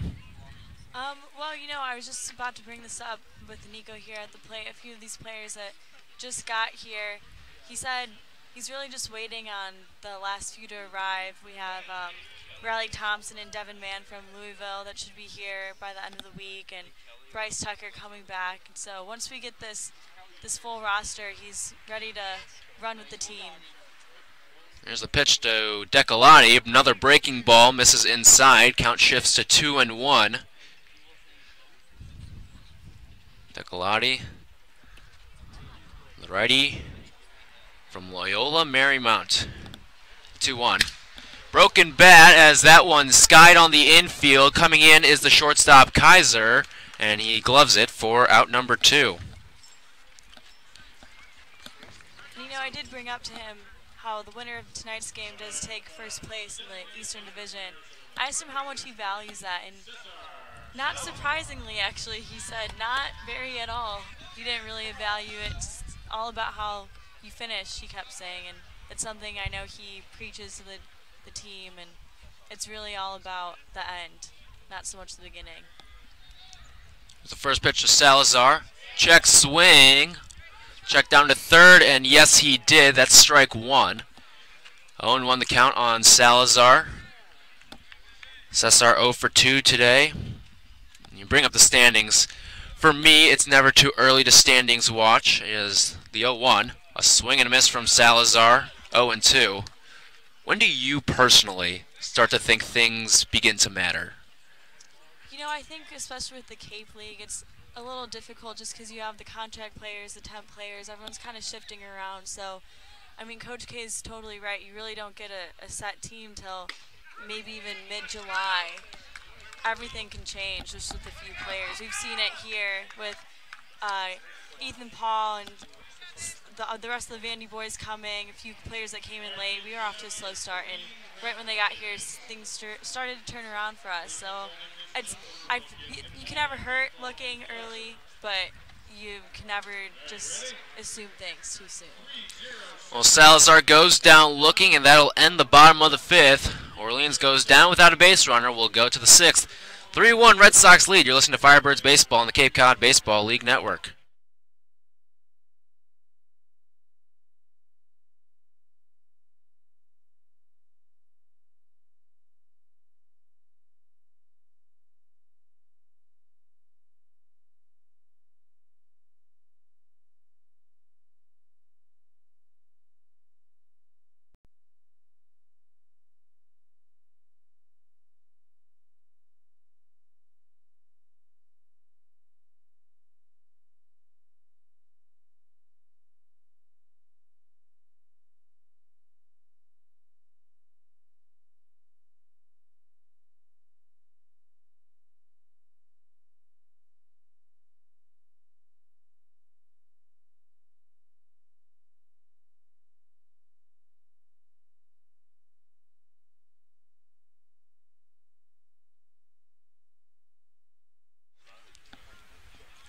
On to the 6th at Orleans, Massachusetts. Firebirds trail the Red Sox 3-1 as we begin this 6th frame. JT Hinson remains on the mound. He got the final 2 outs to end that 5th.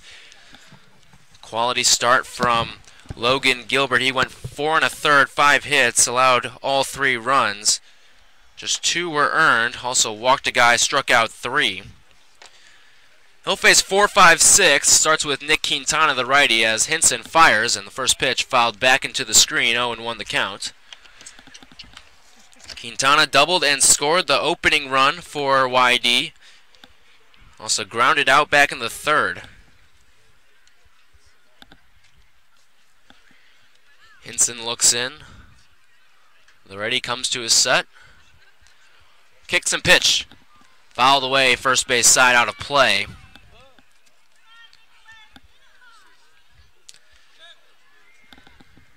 Quintana, one of the higher draft picks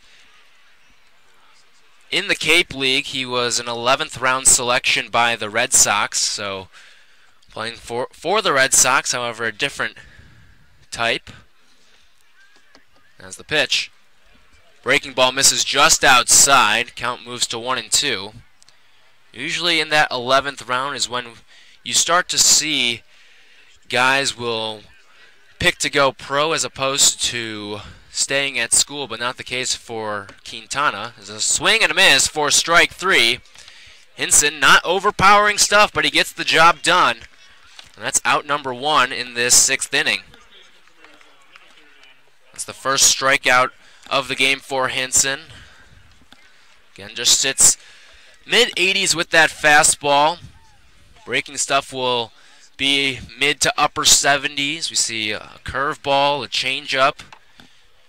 Here's the lefty Alfonso Rivas. First pitch, upstairs for ball one. Hinson always works from the stretch. Righty from Florida Southern, leading the Firebirds in appearances. It's the 1-0 to Rivas. Fastball in there for a strike, evens the count at 1-1. Rivas 0 for 2 with a couple of ground outs, one to the right side, one to the left side, shortstop and second base. Lefty from Arizona. Hinson's ready, here's the pitch.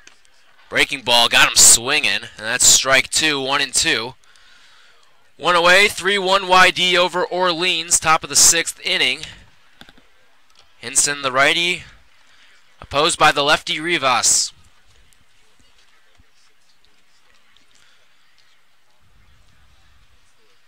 Hinson comes to his set, he kicks and the pitch. Swing and a miss for strike 3. Back-to-back Ks for Hinson. And with 2 away, here comes Cole Cottom, the catcher. Cottom 1 for 2. Had an RBI single back in the 2nd, but was thrown out advancing to 2nd. Nice play out and left by Brandon Riley, who usually a right fielder, that's where you get your stronger arms. But he's put out in left so that the Firebirds can make space for Nico Decolati. Hinson's ready. Here's his first pitch. Fastball just low. 1-0 the count. Cottom plays his college ball at Kentucky. Teammate of Tristan Pompey, who we saw the other day in Wareham. As Hinson sets, here's his 1-0. Fouled away. Count even at 1-1. And Pompey saw him go yard twice against the Firebirds. A couple of 3-run shots out to deep right and center. 6 RBI day, 4 for 5 in his Cape League debut. As Hinson sets, it's the 1-1. Breaking ball just outside, 2-1. But then the very next day, Pompey goes 0 for 4 with 3 strikeouts. So I guess Orleans caught him on his good day. Crazy how baseball can work sometimes. 2-1 to Cottom. Roped out into right field, tailing away from Decolati, but he's there to make the catch, and that's out number 3. A 1-2-3 frame for Hinson. We go to the bottom of the 6th. 3-1 Red Sox. You're listening to Firebirds Baseball on the Cape Cod Baseball League Network.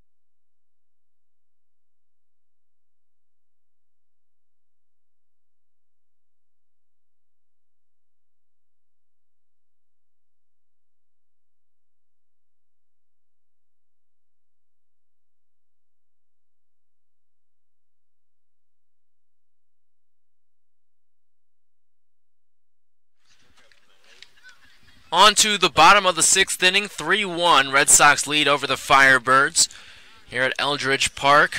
Packed house today. 1,323, the official attendance. By far the biggest of the season for the Birds. Got a new pitcher on the mound for YD. It's Tanner Graham, the righty from UAB. He'll face Jax Groshans, followed by Brandon Riley and Lars Nootbaar. Groshans 0 for 2 today with a couple of strikeouts. As Graham winds his first pitch. Fastball just away. 1-0 on Groshans. An excellent start by Hogan Harris. As the next pitch to Groshans. Fouled away down the first base side. 1-1 the count.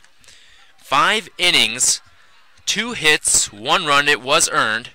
4 walks, but the impressive number of the day for Harris. 9 strikeouts. That's by far the most a pitcher has had against the Firebirds this season. Here's the pitch. Groshans lines one out into left center. That gets down for a base hit. Taking a wide turn and holding at first is Groshans. And it's a leadoff single, so maybe a new arm on the mound can get this Firebirds offense going. And here's Brandon Riley, the lefty.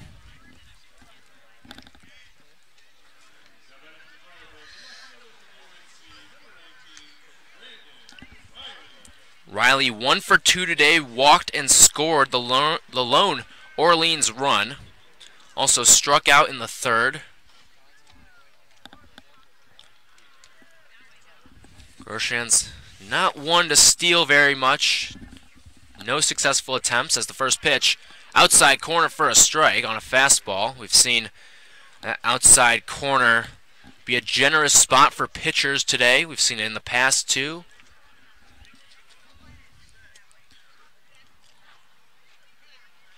Here's the 0-1. Fouled away out of play.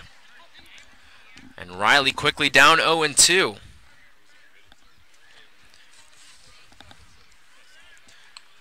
Groshans only gets a moderate lead over at first. There's Graham, the native from Alabama. He'll throw over to first. That ball skips away. Going down to second is Groshans. He hustles in. Gonna dig around for third and hold at second. That ball didn't get too far away, only about 25 feet from the bag. But it took a weird angle. That might have clipped Groshans on the elbow as he tries to wiggle it out. But an error on the pickoff attempt, and that puts Groshans in scoring position. And Riley comes into this one nursing a 7-game hitting streak. What a time it would be right now to extend that and potentially pull the Birds 1 run closer. 3-1 the score. Bottom of the 6th inning, none away. Orleans has left runners on base in every inning except for the 5th. There's the pitch to Riley. Low and away for a ball. 1-2 the count on Brandon. Graham, the pitcher, stands at 6'4", 215. He comes to a set. And the pitch. Hit out into deep left center. Going back is both outfielders, and they watch that one bounce off the wall. Coming in to score easily is Groshans, and it's a RBI stand-up double for Brandon Riley. That makes this a 3-2 ball game, a big hit, but more importantly for Riley, he extends his hitting streak to 8. As that ball just continued to carry. No wind today at Eldridge. We've seen some very gusty days in the past, but that one, an opposite field double for Brandon Riley, and here's Lars Nootbaar with a chance to tie this one up. 3-2 the new score, none away. Bottom of the 6th inning. Orleans gets their first run since the 2nd. That's going to draw a mound meeting. We could see a pitching change as Tanner Graham has been hit pretty hard, despite the fact that he's faced just 2 batters. Nootbaar He's the next one up. He's a lefty. You look ahead. Austin Hale on deck. Jeff Hotby at the plate. In the hole. So two of the next three batters both hitting on the left-handed side, as it doesn't look like we're going to get a change. There is activity in that YD bullpen, though. Nootbaar talking things over. He'll dig back in as the meeting adjourns. Nootbaar 1 for 1 today. Also walked, which he does so frequently for the Birds. He's got a team leading 14 now. Righty to lefty. Corner infield in. Second baseman Horner playing very far towards the first base side, and the shortstop Kaiser shaded up the middle. Now Nootbaar's base hit back in the second did go the other way. First pitch, outside corner for a strike. Again, that generous outside corner we've seen from the home plate umpire today. 0-1 on Nootbaar. Riley, the runner on second. He doubled and knocked in Groshans. Riley has been a part of both Orleans runs today, scored one and knocked in the other. Here's the 0-1 to Nootbaar. Misses in the dirt, blocked by Cottom. Holding at second was Riley. Nice play by the backstop to keep Riley aboard at second. 1-1 the count. Orleans with just 4 hits tonight. However, 2 of them have come in this inning. Graham looks in, comes to the set. The pitch. Ground ball up the middle. That'll get through for a base hit.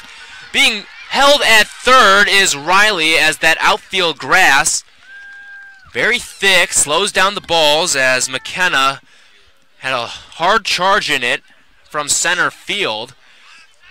But that puts runners on the corners, and here's Austin Hale. 3 straight hits for the Birds. And the go-ahead run standing on first base as Austin Hale 0 for 1 today with a walk. Trying to get his first hit since his first game.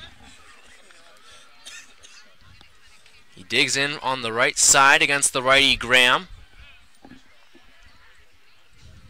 Graham's ready. First pitch to Hale. Grounded right in front, and it's fielded by the pitcher, Graham. He throws over to first in time, and that's out number 1. Moving down to second, though, is Nootbaar. That ball looked like it almost hit off of Hale's front foot. Instead, that ball bounced straight into the ground, and an easy play for Graham to make. So runners move to second, and holding at third was Riley. And here's Jeff Hotby, a couple of strikeouts for him, looking to turn that around as the infield is brought in. Trying to preserve the lead are the YD Red Sox. First pitch to Hotby, outside, throw down to third. Not in time as Riley dives back in. 1-0 the count on Hotby, a bit of a pitch out there. Has caught him the snap throw. 3-2 the score, bottom of the 6th inning, 1 away, Firebirds half. They've got runners on second and third, threatening to take the lead. A base knock could do it from Hotby. Corner infield is in, middle infield playing at normal depth. Outfield is straight away. Graham set, here's the pitch. Fouled away down the third base line, out of play.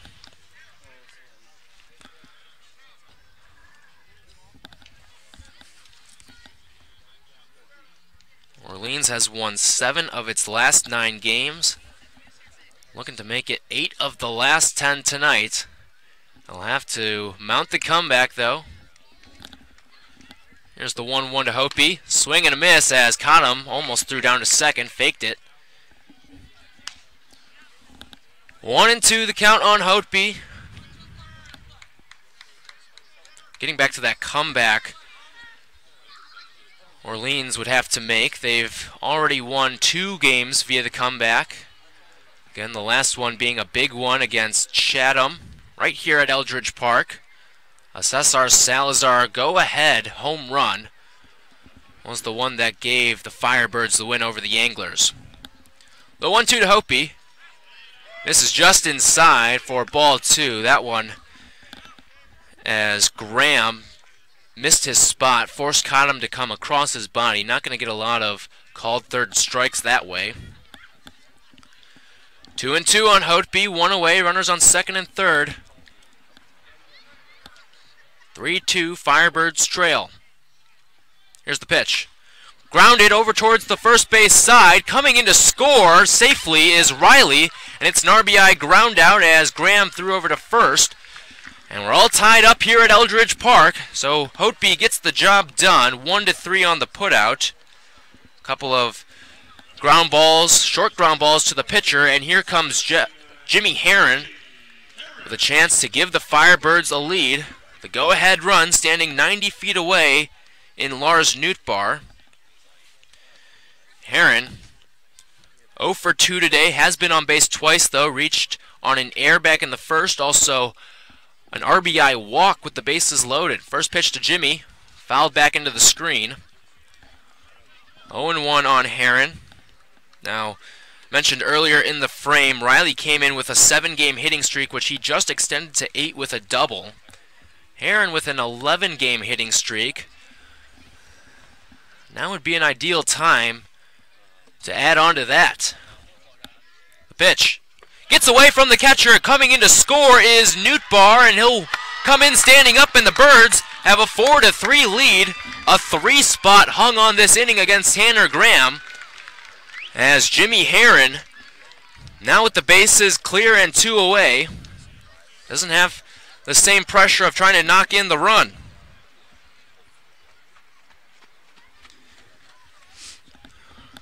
We've seen Orleans do a lot of damage with 2 outs. And here's Herron's chance to try to spark a rally. Wind in the pitch, a swing and a miss for strike 2. 1-2 the count on the center fielder from Duke.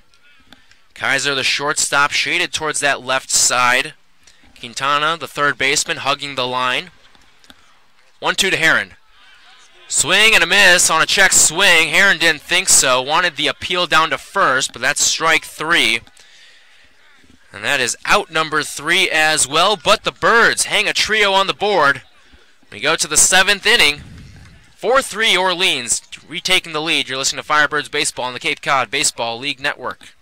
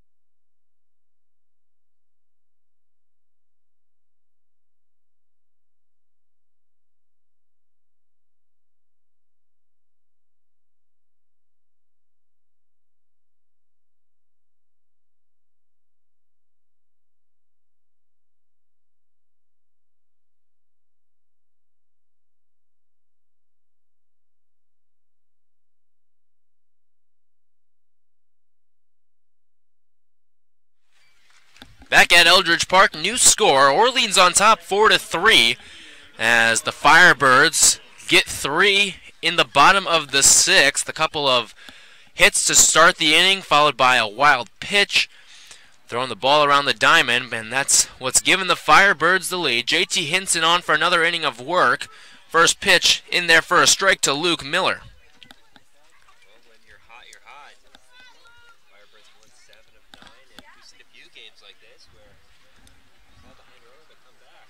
Next pitch in the dirt for ball 1. 1-1 the count on Miller.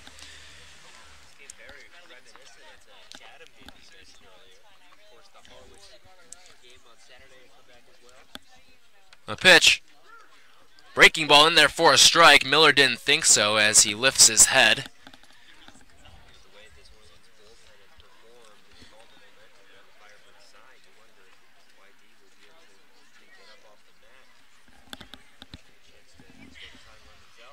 The 1-2. Line foul down the first base line. We'll do the 1-2 again. Miller, 1 for 2 today, doubled and scored. Also struck out back in the second. Hinson comes to his set, and the pitch. Out in front of it and foul down the third base line as Miller had all his weight shifted forward on that one. Good job by Miller to foul that off. He waited about 10 years for that breaking ball. Here's the 1-2. Another foul ball. This one goes into the air and out of play overhead. 1-2.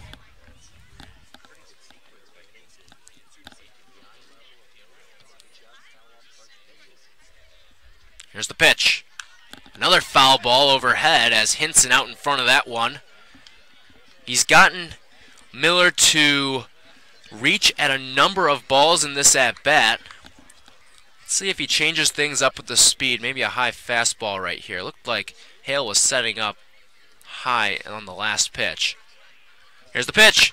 This one clubbed out into deep left. Going back on it is Riley, and he leaps up to take away a home run from Luke Miller. What a play by Brandon Riley. Even more interesting than that are the dimensions of Eldridge Park.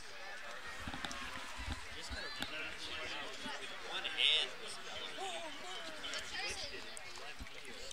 Wasn't hit very hard at all, but got it up high enough and just buried probably about 320, 350 feet out the left field. Great play by Riley to take back that home run.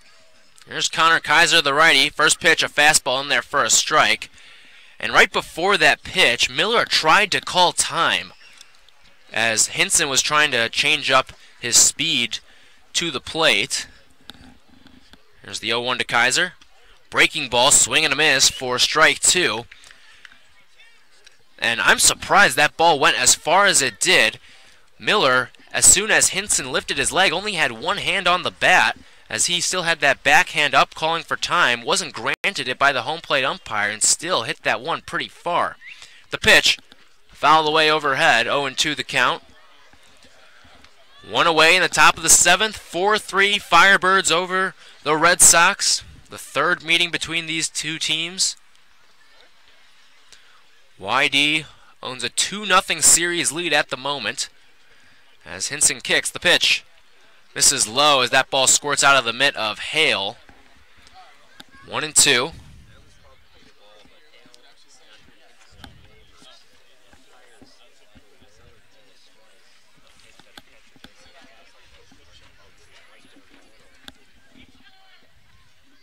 Hinson's 1-2. Swing and a miss on a sweeping breaking ball. He gets Kaiser to go down on K's. That's the third punch out by Hinson in his now 2 1/3 inning of work. That brings up Carter Ferris, the DH out of UAB. He was hit by a pitch back in the 3rd, also popped out to first. Hinson's ready in the pitch. Fouled away, first base side out of play. 0-1. 2 away, top of the 7th. Orleans clinging to a 1-run lead. This bullpen's been stellar thus far. Hinson's ready in the pitch.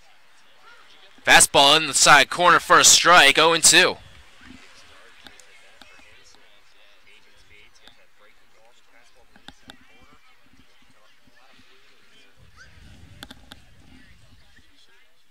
Hinson's 0-2. Hit out into deep left. Going back on it again is Riley. He feels for the wall, and he's got it on the warning track for out number 3. Well, Brandon Riley erased a run with a defensive effort. He scaled the wall and took a home run away from Luke Miller. Keeps this a 4-3 Orleans lead. You're listening to Firebirds Baseball on the Cape Cod Baseball League Network.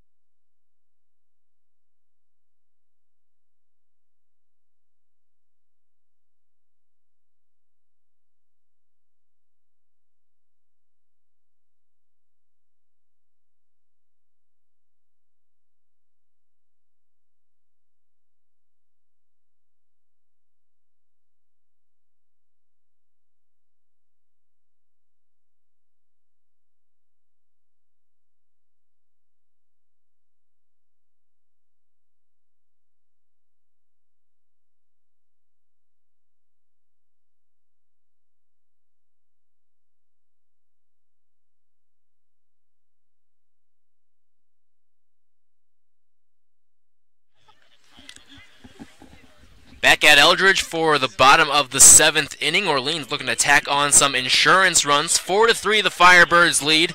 Tanner Graham, who allowed 3 runs in the bottom of the 6th, is back on to start the 7th. He'll face Ethan Paul, Nico Decolati, and Cesar Salazar. First one up is Paul. He's 0 for 3 with a pair of strikeouts. Also grounded out to second base. First pitch to him. Fastball in the outside corner for a strike. Paul came into today one of the hottest hitters on this Orleans team. 10 for 22, but he's 0 for 3 today. The pitch. Fastball outside corner, a little higher than the last pitch from Graham. Makes the count 0-2.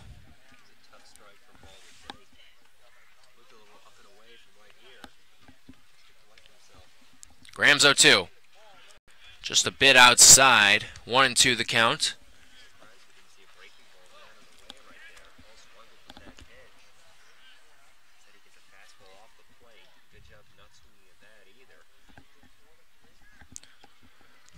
Graham's ready. He winds, and his pitch fouled away down the third base line, out of play. 1-2 the count remains on Paul.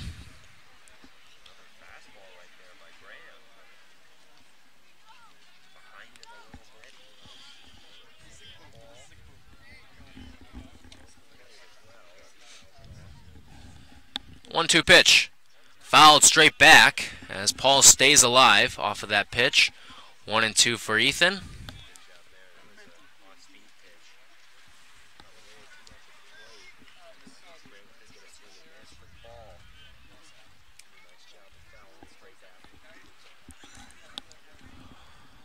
Here's the 1-2. Swing and a miss on a fastball low and away. That's the 3rd strikeout for Paul in this one. The 2nd for the pitcher Graham, and here's Nico Decolati.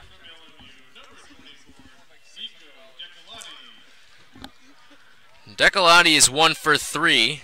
Singled and stole a base back in the 3rd. Also advanced on a wild throw on that stolen base attempt. First pitch to him. Breaking ball in there for a strike. Inside corner, 0-1.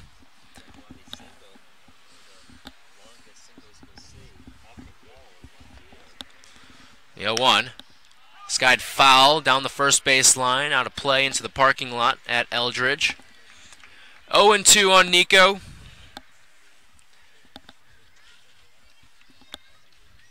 Went 2 for 4 with a double and an RBI in Game 2 against Katuat. Here's the pitch.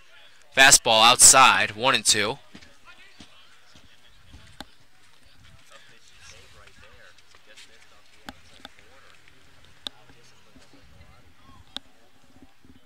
The 1-2 pitch. Just outside. 2-2. I think we've seen that one called a strike a couple times today.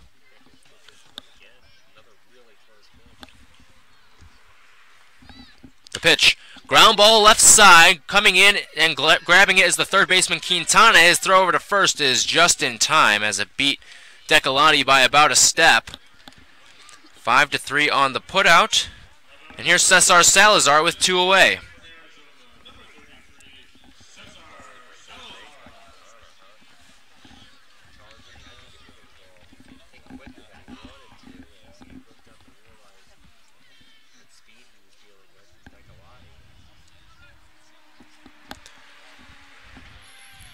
Graham looks in.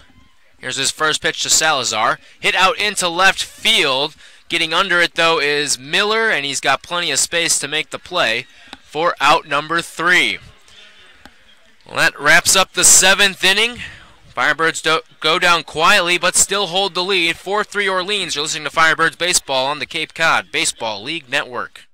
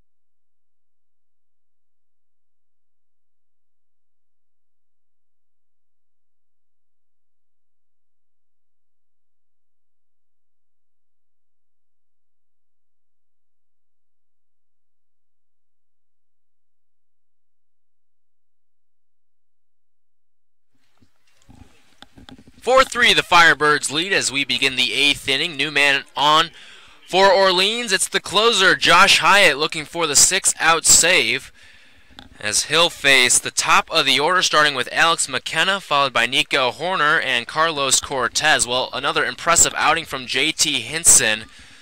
The temporary righty out of the bullpen continues to shine 2 2/3 flawless innings to go along with 3 strikeouts. Here's the first pitch to McKenna. Ground ball left side. Coming in is the shortstop Hotby. He flips across in time, and that's out number 1.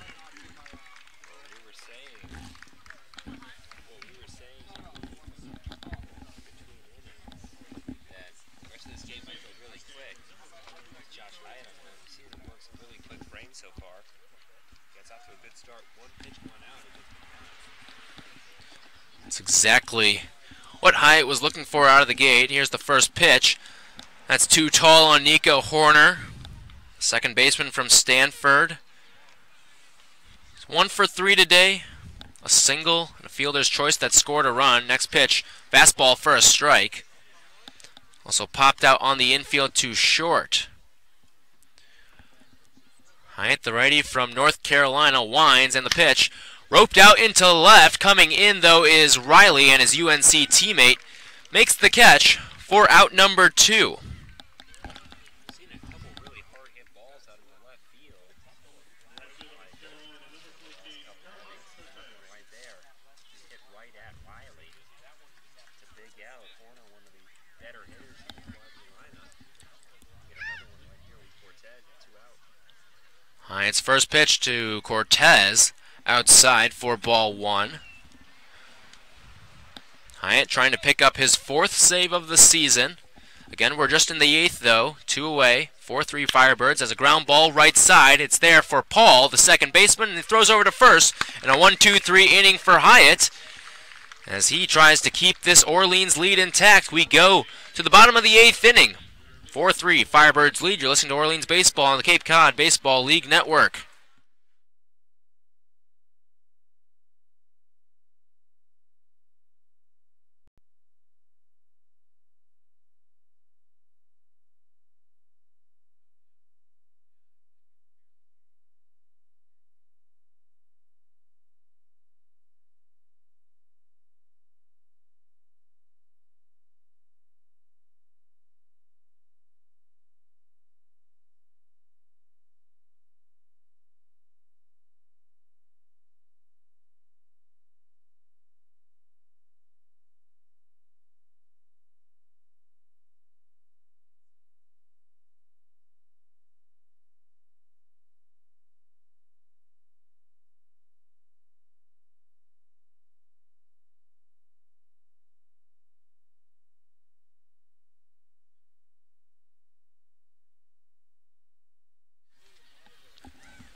Bottom of the 8th inning, 6 pitches, all it took for Josh Hyatt in the top of the frame.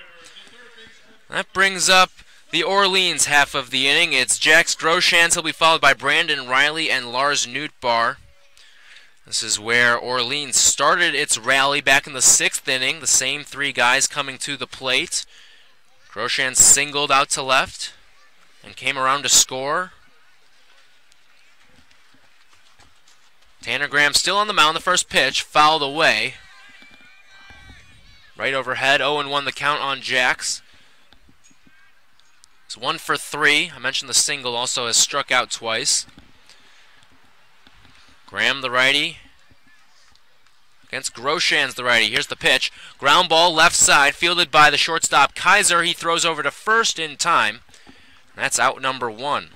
So quick first out for Tanner Graham, who has settled down nicely since opening up with 3 straight base hits. He's now set down 7 straight. Here's Riley, lefty from UNC, playing left field today. Had an amazing catch out in left. Took away a home run from YD that kept this one at 4-3. First pitch, breaking ball in for a strike. 0-1 the count.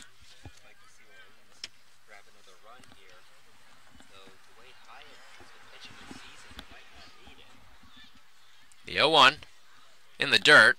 That's ball 1, 1-1 on Riley.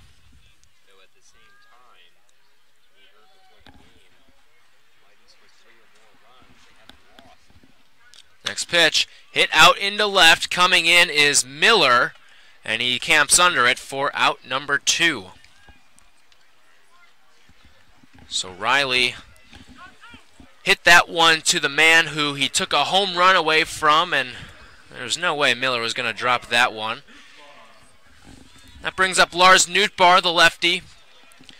Lars is 2 for 2 today. He's been on base all 3 times he's come to the plate. I guess I'll say only 1 walk today for Nootbaar. First pitch to him. In there for a strike on a breaking ball from Graham. 0-1 on Nootbaar. 2 away, bottom of the 8th inning, 4-3 Firebirds looking for some insurance. The pitch in the dirt for ball 1, count even at 1 apiece. Nice to see Nootbaar get a couple hits today. You mentioned earlier, outside of walks, he struggled a little bit at the plate. 1-1. Breaking ball drops in for a strike. Nootbaar scored the go-ahead run in the 6th inning on a wild pitch by Graham. Put this one at 4-3 in favor of the Firebirds. The pitch in the dirt. Count goes back to even, 2-2. Austin Hale, the catcher, on deck. And if we get far enough, we'll see Jeff Hotby. The 2-2. Fastball outside corner for strike 3. And that'll set down Nootbaar for out number 3. We've played 8. We go to the 9th as Josh Hyatt will come back on looking for the save. 4-3 Firebirds. You're listening to Orleans Baseball on the Cape Cod Baseball League Network.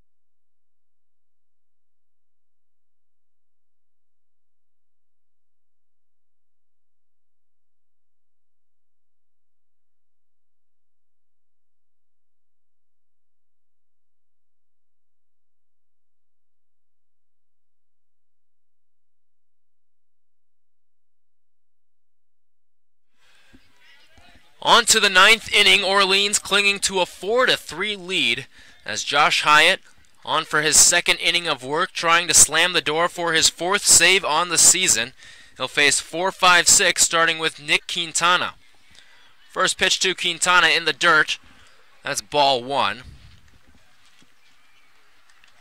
Orleans has set down the last 8 batters to come to the plate. Hyatt's ready, and the pitch. Fastball in there for a strike. 1-1 on Quintana. Scored the first YD run off a double back in the 2nd. But since then, he's 0 for 2 with a ground out and a strikeout. Here's the pitch, fouled away, first base side. 1-2.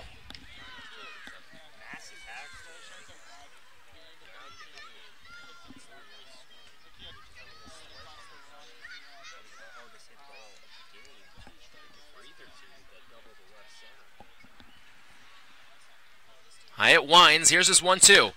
Popped in the air over on the right side. Going over towards the fence is Newt Barr, and he'll run out of room as that ball gets over the screen about 10 feet into the stands.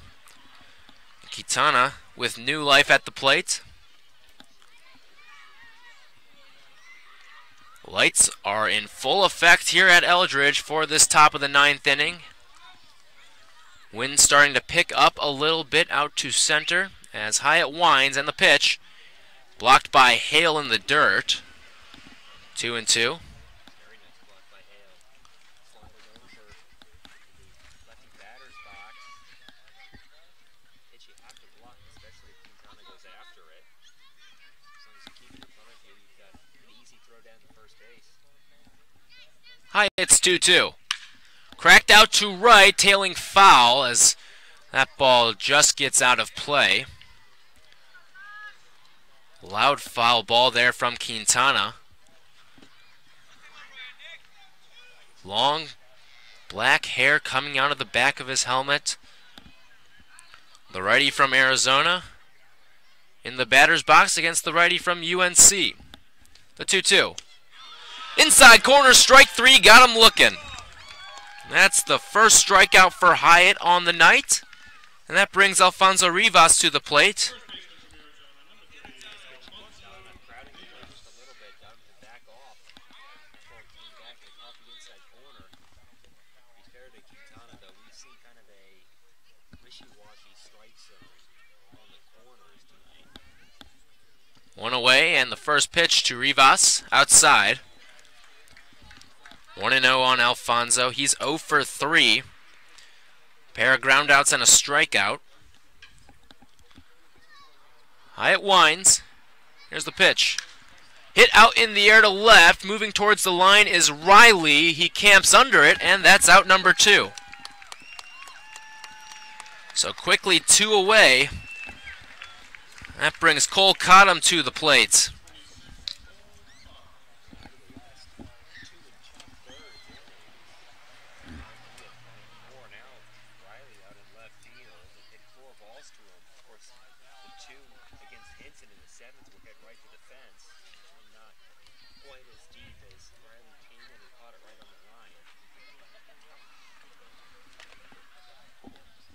Here's Hyatt's first pitch to Cottom.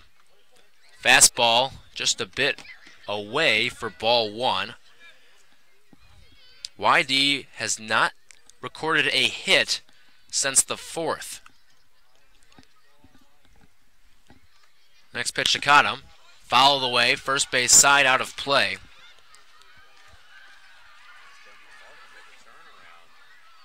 Again, this Orleans bullpen, Gilbert was solid in his start, but the bullpen has been absolutely fantastic once again with Henson and now Hyatt.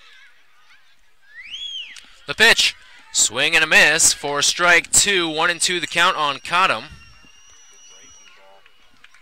Kind of the fastball. The curveball is in the strike zone, but the change of speed. 4-3 Orleans leads. The 1-2 to Cottom. Ground ball left side, charging in as the third baseman Groshans, and he fumbles it. And Cottom safe at first.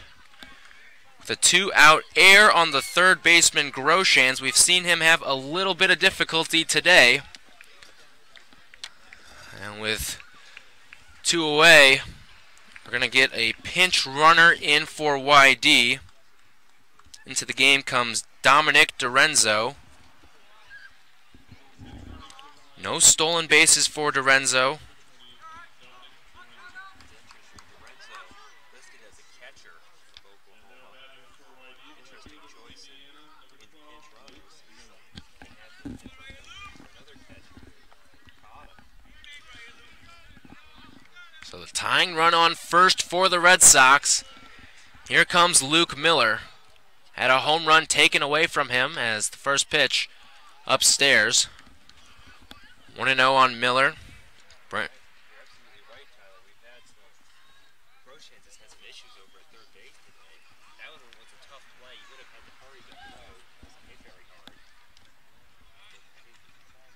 The pitch Fastball for a strike on the outside corner, 1-1. Probably the most difficult play that he didn't make today over at third. Hyatt sets. The pitch blocked in the dirt as holding at first is the pinch runner DiRenzo. Austin Hale, that ball kind of bounced all over the place out in front of the plate, but kept it in front of him and kept DiRenzo on first.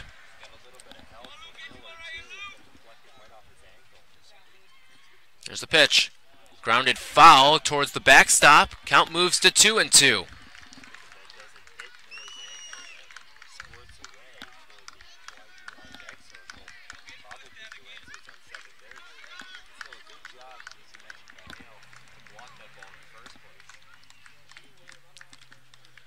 Two and two, runner on first.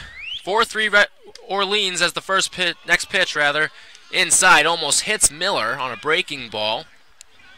Count is full. DiRenzo will run with the pitch. Nootbaar backs off from holding at first. Orleans a 1-run lead. 3-2 the count. Here's the payoff pitch. Ground ball left side. Coming in is the shortstop. Hotby throws across the diamond. A stretch and a catch from the first baseman Nootbaar. And that's the ball game. So the third time is the charm for the Firebirds. They get their first win in 3 tries against YD. 4-3 the final score from Eldridge Park. As Orleans, now winners of 8 of their last 10, advances to 8-6 and claims sole possession of first place in the East Division standings. A comeback win for the Firebirds. We'll be back with the totals after this. You're listening to Firebirds Baseball on the Cape Cod Baseball League Network.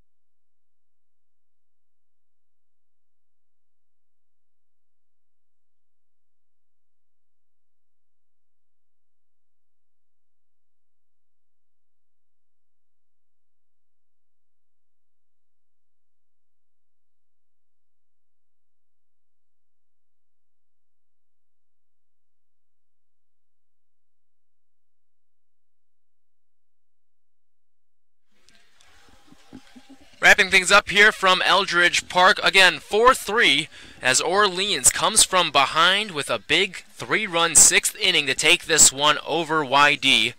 Tyler Aki alongside Noah Johnson here to wrap things up. We'll go over the box score. Orleans 4 runs on 5 hits, did make 2 errors, left 6 on.